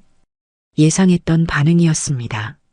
저는 조용히 가방에서 서류 한 장을 꺼내 원장님께 내밀었습니다. 그것은 바로 아들이 개인금고에 편지와 함께 넣어두었던 의료 대리인 위임장이었습니다. 아들은 만일의 사태에 대비해 자신의 모든 의료 기록 열람 및 결정 권한을 저에게 위임한다는 내용의 서류를 공증까지 받아두었던 것이죠. 아들의 치밀함에 다시 한번 놀라며 저는 이것을 준비했을 아들의 심정을 헤아려 보았습니다. 아마 아들은 자신이 갑자기 쓰러지거나 의식이 없을 경우 문지연이 멋대로 의료적인 결정을 내리는 것을 막기 위해 이 서류를 준비했을 겁니다. 그리고 그 서류가 이제 아들의 억울함을 푸는 열쇠가 되어 제 손에 들려 있었죠. 위임장을 꼼꼼히 읽어본 원장님은 깊은 한숨을 내쉬며 고개를 끄덕였습니다. 용수가 이런 것까지 준비해 두었을 줄이야. 알겠습니다, 사모님. 법적으로 문제가 없으니 원하시는 기록을 보여드리겠습니다. 원장님은 저를 자신의 진료실로 안내했고 컴퓨터를 켜서 용수의 진료 기록을 화면에 띄워주었습니다. 저는 화면에 떠 있는 아들의 이름을 보는 것만으로도 가슴이 아려왔지만 애써 눈을 똑바로 뜨고 기록을 하나하나 짚어보았습니다. 화면에는 아들의 병력과 처방 내역이 날짜별로 상세하게 기록되어 있었죠. 원장님은 기록을 보며 설명해 주었습니다. 용수는 약만 꾸준히 복용하면 아무 문제가 없는 상태였습니다. 그래서 항상 3개월치 약을 한 번에 처방해 주었죠. 마지막으로 병원에 온 게 원장님의 손가락이 어느 한 지점에서 멈췄습니다. 아들이 사망하기 바로 이틀 전이었네요. 그날 와서 정기 검진을 받고 늘 먹던 심장 약 3개월치 처방전을 새로 받아갔습니다. 심장이 쿵 하고 내려앉았습니다. 아들은 분명히 약을 처방받았어요. 그렇다면 그 약은 어디로 사라진 걸까요? 저는 떨리는 목소리로 물었습니다. 원장님, 혹시 그 처방전으로 약을 수령했는지도 알 수 있을까요? 네, 보통 저희 병원과 연계된 바로 아래층 약국에서 약을 타가는데 제가 한번 확인해 보겠습니다. 원장님은 즉시 수화기를 들어 약국에 전화를 걸었습니다. 저는 원장님의 입모양 하나하나에 모든 신경을 집중하며 마른 침을 삼켰죠. 네, 김 약사님. 저 최 원장입니다. 다름이 아니라 며칠 전에 저희 병원에서 진료받은 김용수 환자, 네, 맞습니다. 그 환자 처방전이요. 혹시 그날 약 타갔는지 기록 좀 확인해 주시겠어요? 잠시 동안의 정적이 흘렀습니다. 그 짧은 순간이 제게는 영원처럼 느껴졌죠. 수화기 너머에서 무어라 대답하는 소리가 들렸고 그 말을 듣는 원장님의 미간이 점점 좁아졌습니다. 마침내 원장님은 네, 알겠습니다. 수고하세요. 라는 말을 끝으로 수화기를 내려놓았습니다. 그리고는 무거운 표정으로 저를 바라보며 말했죠. 사모님 이상하네요. 약국 말로는 그날 처방전 접수는 되었는데 정작 약은 찾아가지 않았다고 합니다. 보통 접수하고 10분이면 약이 나오는데 약이 나온 뒤에 환자가 그냥 사라져서 아직까지 보관하고 있답니다. 그 말을 듣는 순간 제 머릿속의 모든 의심은 확신으로 변했습니다. 그림이 완벽하게 그려졌어요. 아들은 병원에서 진료를 보고 처방전을 받아 약국에 접수까지 했을 겁니다. 그리고 약이 나오는 동안 잠시 자리를 비웠거나 혹은 문지연에게 약을 찾아오라고 부탁했겠죠. 하지만 문지연은 그 약을 찾아가지 않았던 겁니다. 아니, 의도적으로 찾아가지 않고 아들에게는 약을 샀다고 거짓말을 했을 가능성이 높았어요. 그리고는 미리 숨겨두었던 빈 약병을 버려 마치 약을 다 먹은 것처럼 위장했던 것이죠. 약을 먹어야만 살 수 있는 아들에게 그 약을 주지 않았던 겁니다. 이것은 단순한 방치를 넘어선 명백한 살인 의도가 있는 행위였습니다. 저는 치밀어 오르는 분노에 온몸을 떨었습니다. 이제 문지연을 파멸시킬 가장 강력하고도 치명적인 무기가 제 손에 들어왔습니다. 저는 원장님께 처방 기록과 약국 통화 사실 확인서를 발급해 달라고 정중히 부탁했습니다. 원장님은 모든 것을 직감했다는 듯 말없이 서류를 준비해 주었죠. 병원을 나서는 제 손에는 뱀의 목을 겨눌 가장 날카로운 비수가 들려 있었습니다. 이제 모든 무기는 준비되었습니다. 책상 위에 그동안 제가 모은 증거들을 하나씩 펼쳐 놓았습니다. 며느리의 불륜 현장이 담긴 사진과 아들의 음성 파일, 아들이 자신의 재산을 교묘하게 빼돌렸음을 증명하는 서류들, 그리고 마침내 손에 넣은 문지연이 아들의 죽음을 방치했다는 결정적인 증거인 의료 기록과 증언들까지. 저는 마치 전쟁을 앞둔 장수처럼 이 무기들을 어떤 순서로 어떻게 사용해야 가장 효과적으로 적의 숨통을 끊을 수 있을지 고민하기 시작했습니다. 법정에 가서 이 증거들을 제출하고 법의 심판을 기다리는 방법도 있겠죠. 하지만 그것만으로는 분이 풀리지 않았습니다. 문지영과 백상철이 그들의 죄를 온 세상 사람들 앞에서 드러내고 가장 비참하고 처절하게 무너지는 모습을 제 눈으로 직접 보고 싶었어요. 그러기 위해서는 그들이 가장 행복하고 방심하고 있는 순간을 노려야 했습니다. 저는 흥신소 소장에게 전화를 걸어 두 사람의 최근 근황을 상세히 보고해 달라고 지시했습니다. 며칠 뒤 소장에게서 연락이 왔죠. 그의 보고는 제 예상을 조금도 벗어나지 않았습니다. 문지영과 백상철은 제 아들의 사망 보험금으로 그야말로 흥청망청 살고 있었어요. 강남의 최고급 오피스텔을 월세로 얻어 동거를 시작했고 매일같이 백화점 명품관을 드나들며 쇼핑을 즐기고 밤에는 고급 술집을 전전하며 돈을 물쓰듯 쓰고 있다고 했습니다. 아들의 목숨값이 그들에게는 한바탕의 화려한 파티를 위한 자금일 뿐이었던 겁니다. 그리고 소장은 가장 결정적인 정보를 제게 건네주었습니다. 소장님, 두 사람이 곧 약혼 파티라는 걸 연다고 합니다. 강남의 한 호텔 연회장을 통째로 빌려서 지인들을 초대해 자신들의 관계를 공식적으로 알리는 자리라고 합니다. 약혼 파티. 저는 그 단어를 듣는 순간 입가에 차가운 미소가 번지는 것을 느꼈습니다. 이보다 더 완벽한 무대는 없었어요. 그들이 스스로 마련한 가장 행복하고 빛나는 무대 위에서 그들의 모든 추악한 가면을 벗겨내고 지옥으로 끌어내릴 수 있는 절호의 기회였죠. 저는 소장에게 그 파티의 날짜와 시간, 장소, 그리고 초대 손님 명단을 무슨 수를 써서라도 알아내 달라고 부탁했습니다. 돈은 얼마가 들어도 상관없다고 덧붙였죠. 며칠 후 소장은 약속대로 모든 정보를 제 손에 넣어주었습니다. 그는 호텔 직원에게 접근해 파티 준비를 돕는 이벤트 업체 직원인 척 위장하여 모든 정보를 빼냈다고 해요. 초대 손님 명단에는 그들의 유흥 친구들과 백상철에게 속아 그를 유망한 사업가로 알고 있는 허울뿐인 지인들의 이름이 적혀 있었습니다. 그리고 그 명단 끝에는 문지연의 부모님 이름도 올라와 있었죠. 저는 그 이름을 손가락으로 쓸어보며 잠시 생각에 잠겼습니다. 그래, 잘 됐구나. 당신들 딸이 어떤 아이인지 당신들 눈으로 직접 똑똑히 보게 해주어야지.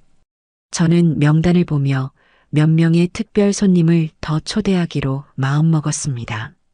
첫 번째는 바로 흥신소 보고서에 나와 있던 백상철에게 똑같은 수법으로 사기를 당했던 또 다른 피해 여성이었습니다.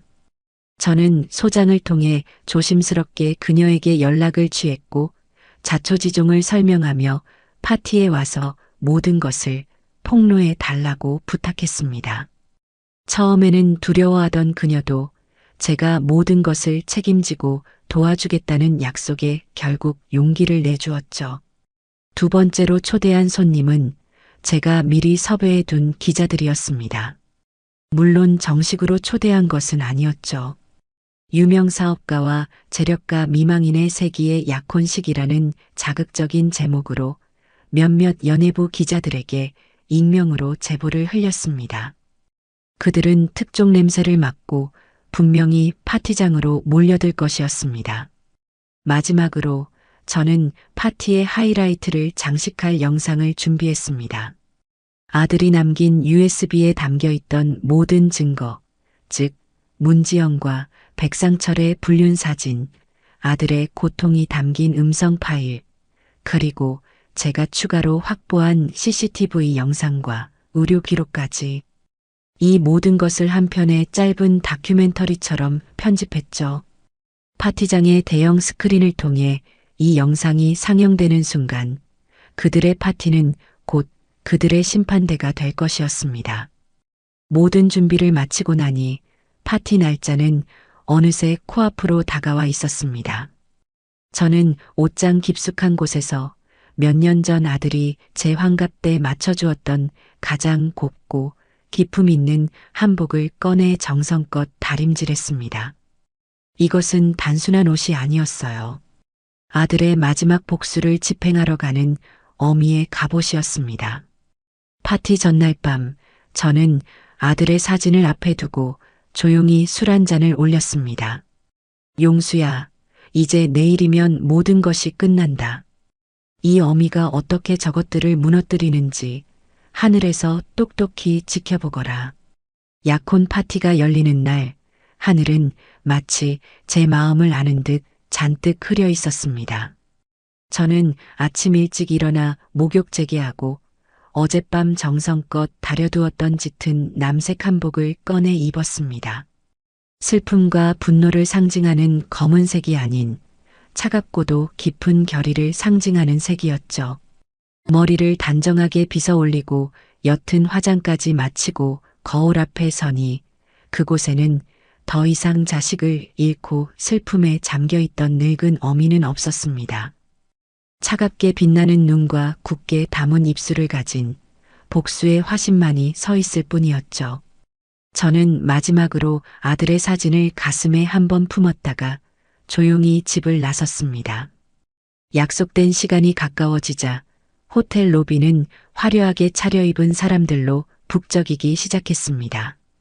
저는 로비 한쪽 구석에 조용히 서서 파티장으로 들어가는 사람들의 얼굴을 하나하나 지켜보았죠. 잠시 후 오늘의 주인공인 문지연과 백상철이 모습을 드러냈습니다. 문지연은 어깨가 훤히 드러나는 순백의 드레스를 입고 있었고 백상철은 그런 그녀의 허리를 감싼 채 의기양양한 표정으로 사람들의 인사를 받고 있었죠. 제 아들의 목숨값으로 치장한 그들의 모습은 역겨움을 넘어 신성모독처럼 느껴졌습니다. 저는 그들을 노려보며 오늘 저들의 웃음이 어떻게 비명으로 바뀌게 될지 조용히 상상했습니다. 파티가 시작되고 연회장 안에서 흥겨운 음악 소리와 사람들의 웃음소리가 흘러나왔습니다.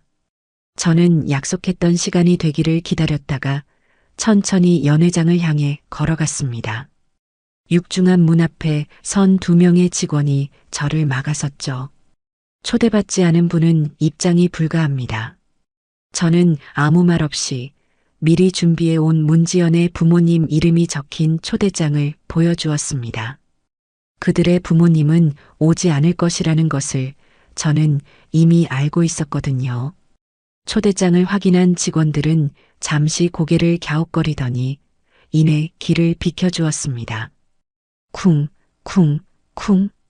제 심장 소리가 음악 소리를 뚫고 들리는 듯 했습니다. 마침내 제가 연회장의 문을 활짝 열고 안으로 들어서는 순간 시끄럽던 장내의 모든 소음이 거짓말처럼 멎었습니다. 단상 위에서 샴페인 잔을 들고 사랑을 맹세하려던 문지연과 백상철의 얼굴이 저를 발견하고는 그대로 굳어버렸죠. 순백의 드레스를 입은 문지연의 얼굴은 그야말로 새하얗게 질려 있었습니다. 연회장에 모인 수십 명의 사람들이 모두 웬 노인이지? 하는 표정으로 저를 쳐다보았고 그 침묵 속에서 제 또각거리는 구두 소리만이 장내에 울려 퍼졌습니다. 저는 단상 앞까지 천천히 걸어가 마이크를 잡고 얼어붙어 있는 문지연을 향해 미소를 지으며 말했습니다. 제 목소리는 떨리지 않았어요. 오히려 놀라울 정도로 차분하고 또렷했죠. 지연아, 내 아들이 떠난 지 얼마나 됐다고 벌써 이런 성대한 잔치를 열었니? 참 대단하구나. 제 말에 장내는 술렁이기 시작했습니다. 누구셔? 그러게 용수 씨 어머님 아니야? 하는 수군거림이 곳곳에서 터져나왔죠. 문지연은 그제야 정신을 차린 듯 저를 향해 어머님 여긴 어떻게 하며 말을 더듬었습니다. 백상철은 상황 파악이 안 되는지 굳은 얼굴로 저와 문지연을 번갈아 쳐다볼 뿐이었죠. 저는 그녀의 말을 가볍게 무시하고 하객들을 향해 몸을 돌렸습니다. 그리고는 미리 신호를 약속했던 영상 기술자를 향해 고개를 까딱했죠.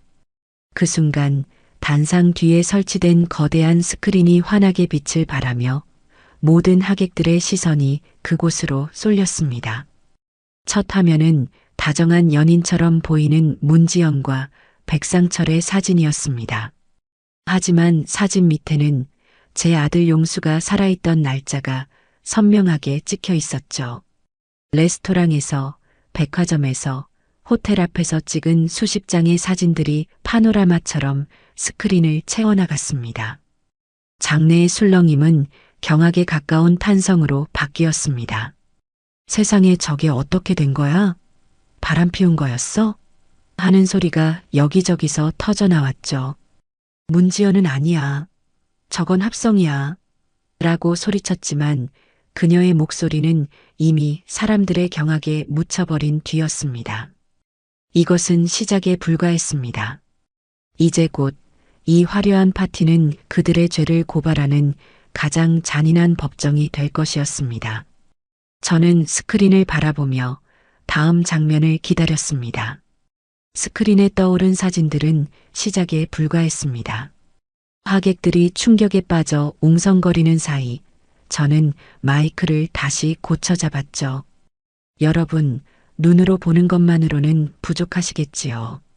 그렇다면 이제 제 아들의 목소리를 직접 한번 들어보시겠어요? 제 말이 끝나기가 무섭게 연회장의 최고급 스피커를 통해 한 남자의 슬픔에 잠긴 목소리가 울려 퍼지기 시작했습니다. 바로 제 아들 용수의 목소리였습니다.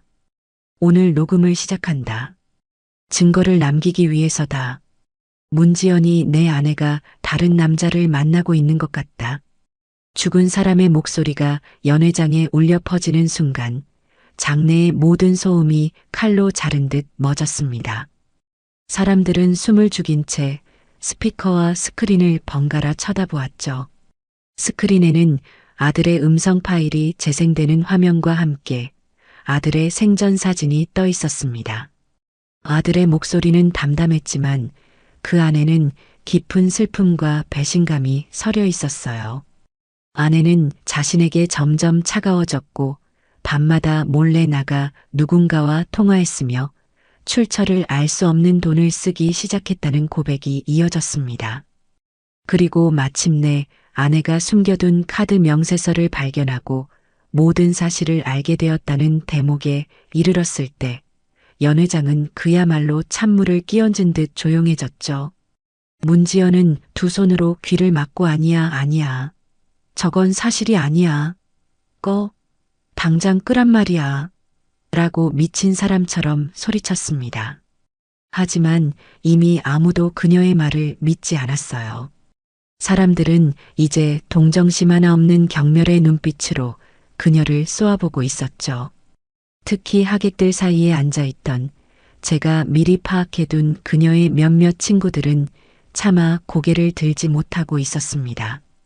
백상철 역시 처음에 여유만만하던 태도는 온데간데 없이 굳은 얼굴로 스크린을 노려보며 무언가 빠르게 머리를 굴리는 듯 보였어요. 그는 이 상황을 어떻게 빠져나갈지 계산하고 있었겠죠. 아들의 음성 파일 재생이 끝나자 저는 다시 마이크를 잡았습니다. 이번에는 단상 위에 의기양양하게 서 있는 백상철을 향해 시선을 고정했죠.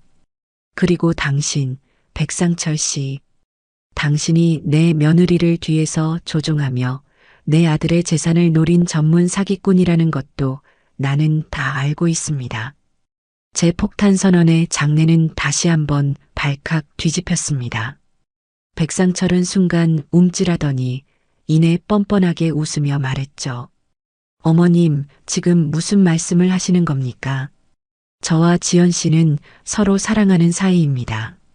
아드님 일은 안타깝지만 없는 말을 지어내서 사람을 모함하시면 안 되죠. 그의 뻔뻔한 태도에 실소가 터져 나왔습니다. 사랑이라고?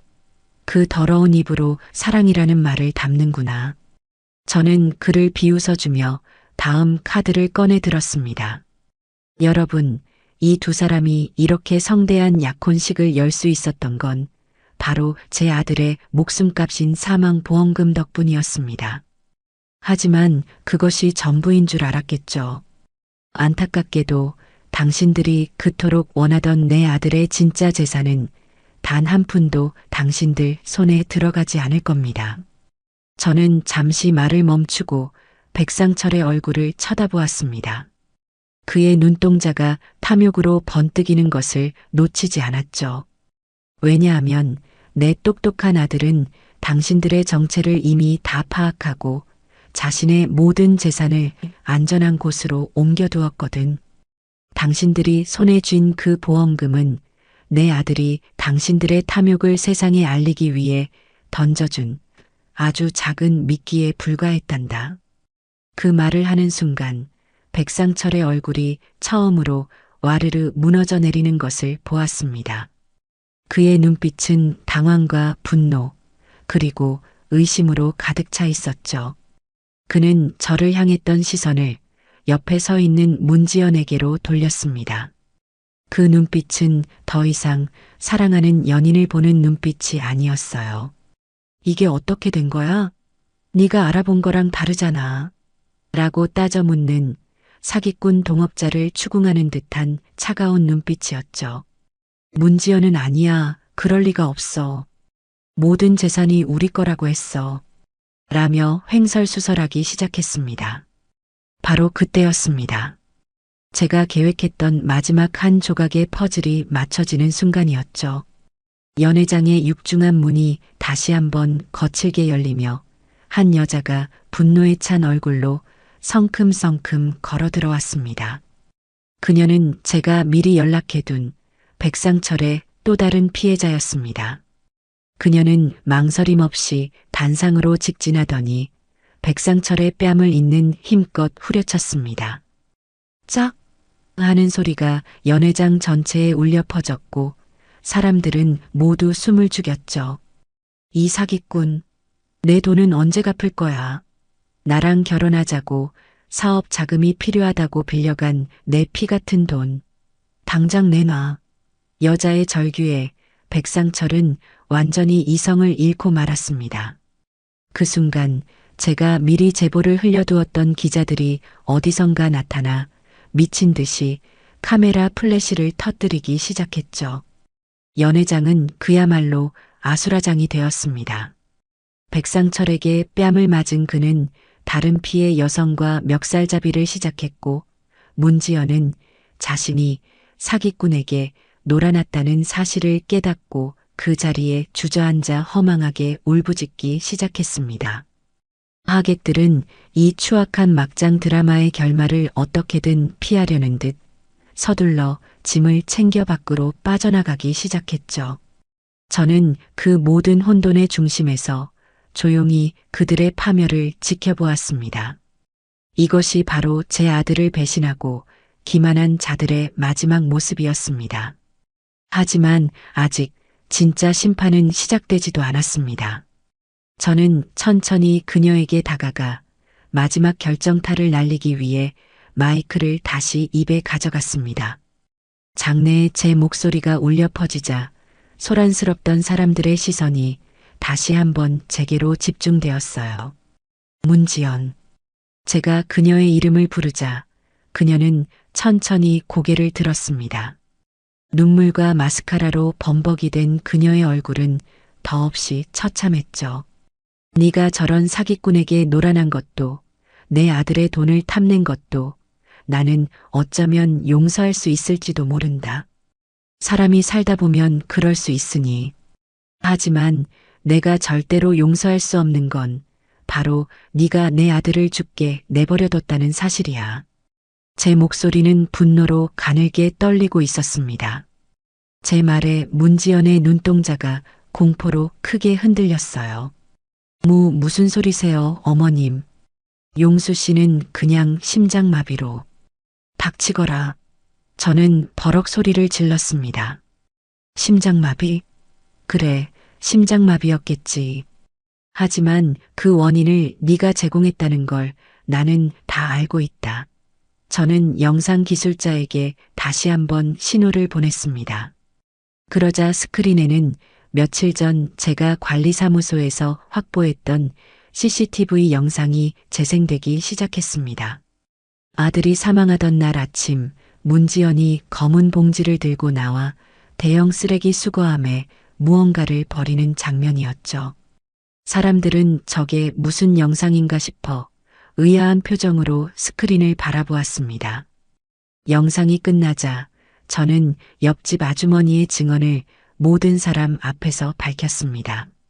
아들이 죽기 전날 밤 두 사람이 심하게 다투었고 문지연이 서류에 도장이나 찍으라며 악을 썼다는 사실을요.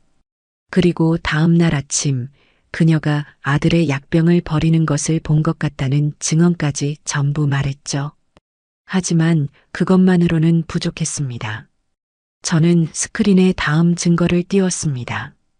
그것은 바로 아들의 병원에서 발급받은 진료 기록과 약국의 통화 내역 확인서였습니다. 내 아들은 죽기 이틀 전 병원에서 석달치 심장 약을 처방받았다. 그리고 약국의 처방전을 접수했지. 하지만 너는 그 약을 찾아가지 않았어. 약을 먹지 않으면 죽을 수도 있다는 걸 알면서도 너는 내 아들에게 약을 주지 않았던 거야. 제 말이 끝나자 연 회장은 완전한 침묵에 휩싸였습니다. 이것은 더 이상 불륜이나 사기 사건이 아니었어요. 명백한 살인 방조 혹은 그 이상의 범죄였습니다. 사람들의 시선은 이제 경멸을 넘어 공포와 혐오로 가득 차 날카로운 비수가 되어 문지연에게 꽂혔습니다. 공범인 백상철마저 완전히 질렸다는 표정으로 그녀에게서 뒷걸음질 쳤죠.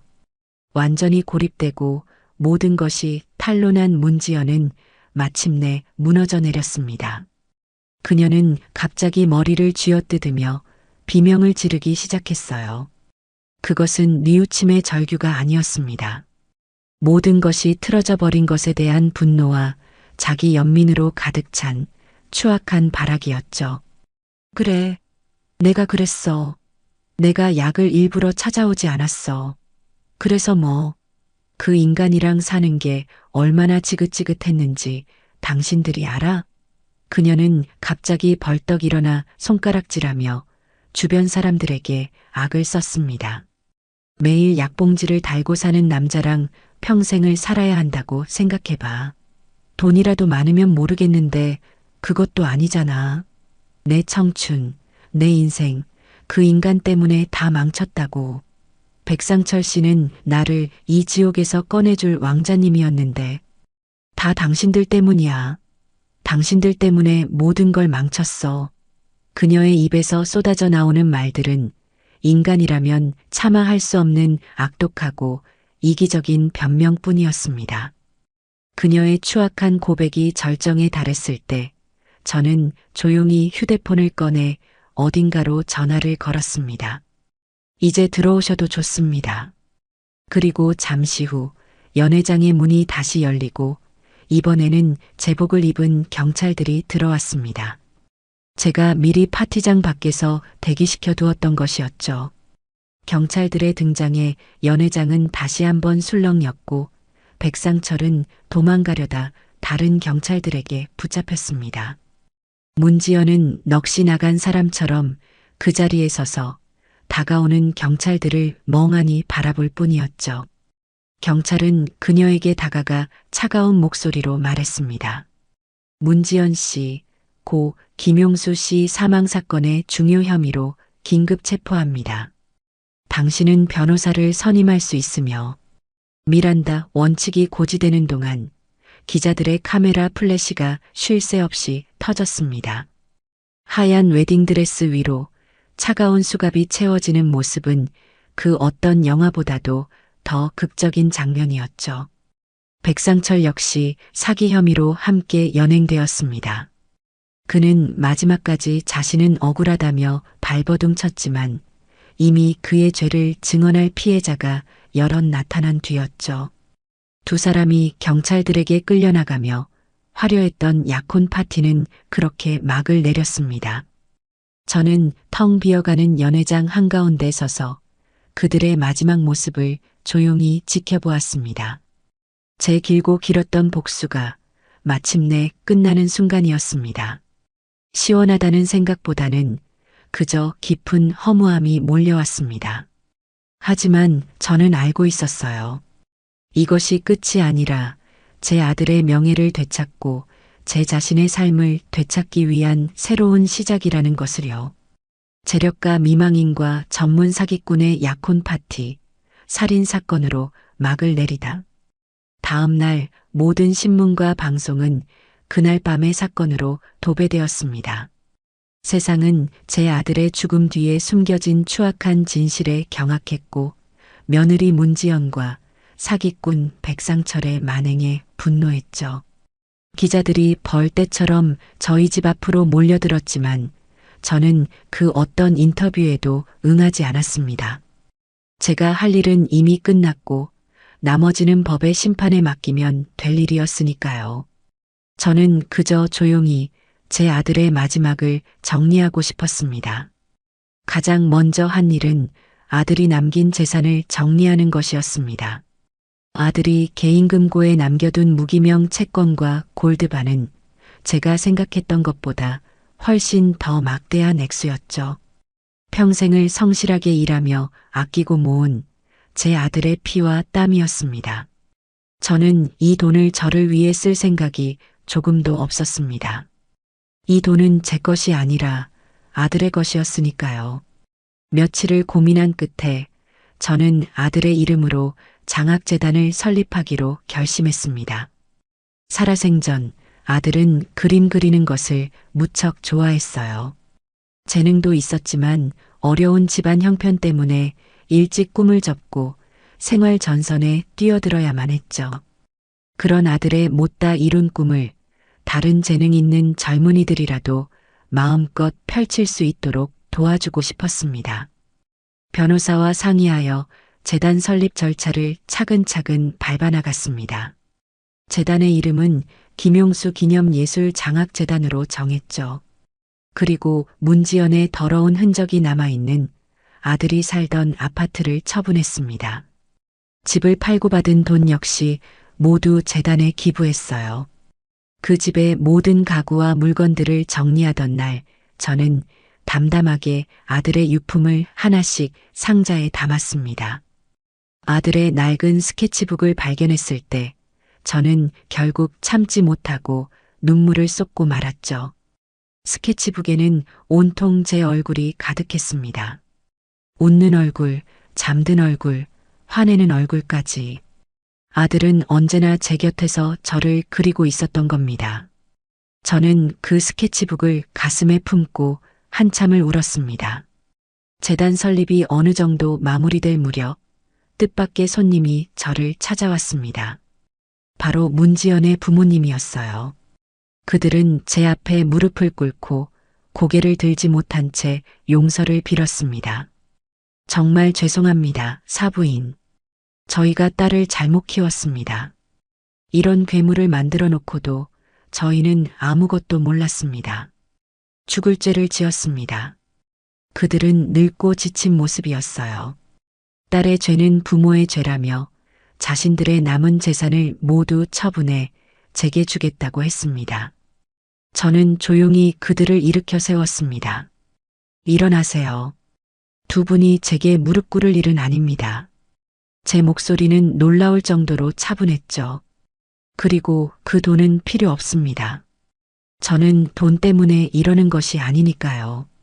문지연의 부모님은 어쩔 줄 몰라 하며 저를 바라보았습니다.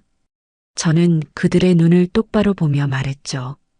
제가 원하는 것은 단 하나, 당신들 딸이 자신의 죄에 대한 정당한 대가를 치르는 것뿐입니다. 그러니 제게 용서를 구하지 마세요. 용서는 제가 아니라 제 아들에게 빌어야 할 것이고 죄의 대가는 법정에서 치르게 될 겁니다.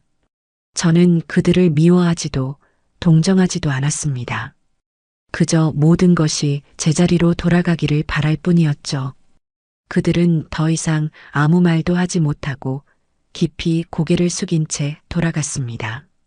그들의 쓸쓸한 뒷모습을 보며 저는 이 길고 잔인했던 복수극이 정말로 끝나가고 있음을 실감했습니다. 재판은 세간의 엄청난 관심 속에서 진행되었습니다. 문지연은 마지막까지 심신미약을 주장하며 형량을 줄여보려 애썼지만 제가 제출한 모든 증거 앞에서 그녀의 거짓말은 통하지 않았죠. 결국 그녀는 무기징역을 선고받았습니다. 백상철 역시 상습 사기죄로 10수년의 긴 징역형을 선고받고 감옥에 갔죠. 모든 판결이 끝났다는 소식을 변호사에게 전해 들은 날, 저는 그저 창밖을 하염없이 바라볼 뿐이었습니다. 기쁘지도 슬프지도 않았어요. 그저 커다란 폭풍우가 지나간 뒤의 고요함만이 제 마음을 채우고 있었습니다. 그렇게 모든 폭풍이 지나가고 계절이 두어 번 바뀌었습니다. 제 삶은 느리지만 조금씩 제자리를 찾아가기 시작했죠.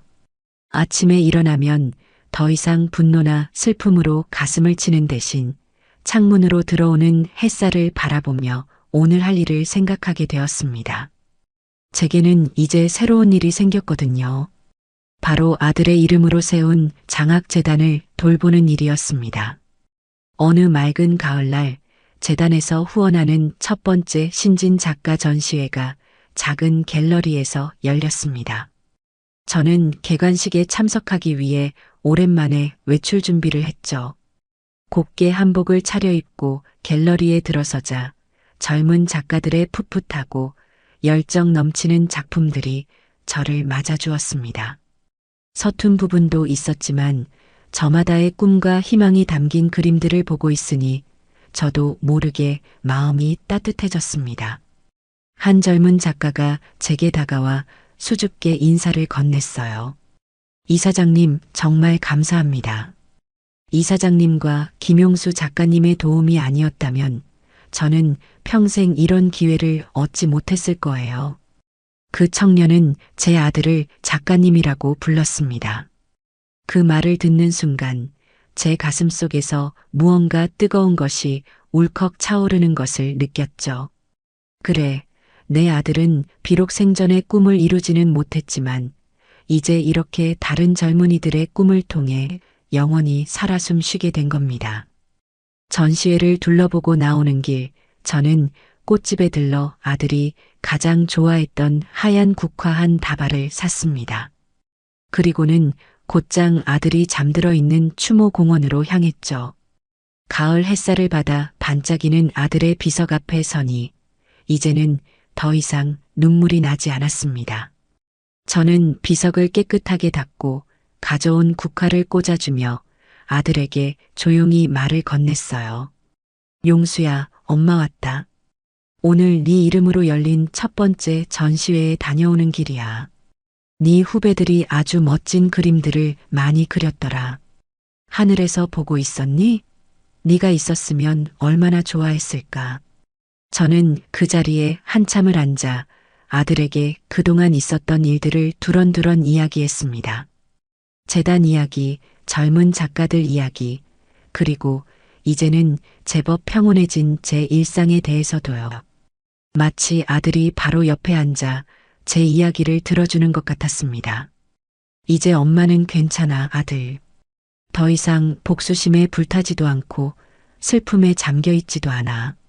그저 네가 남겨준 이 좋은 일들 하면서 너를 자랑스럽게 기억하면서 살아갈 거야. 그러니 너도 이제 모든 짐을 내려놓고 그곳에서는 부디 아프지 말고 좋아하는 그림 실컷 그리면서 편히 쉬렴. 그렇게 마지막 인사를 하고 돌아설 때 어디선가 시원한 바람이 불어와 제 얼굴을 스치고 지나갔습니다. 마치 아들이 엄마 고마워요. 이제 저도 괜찮아요.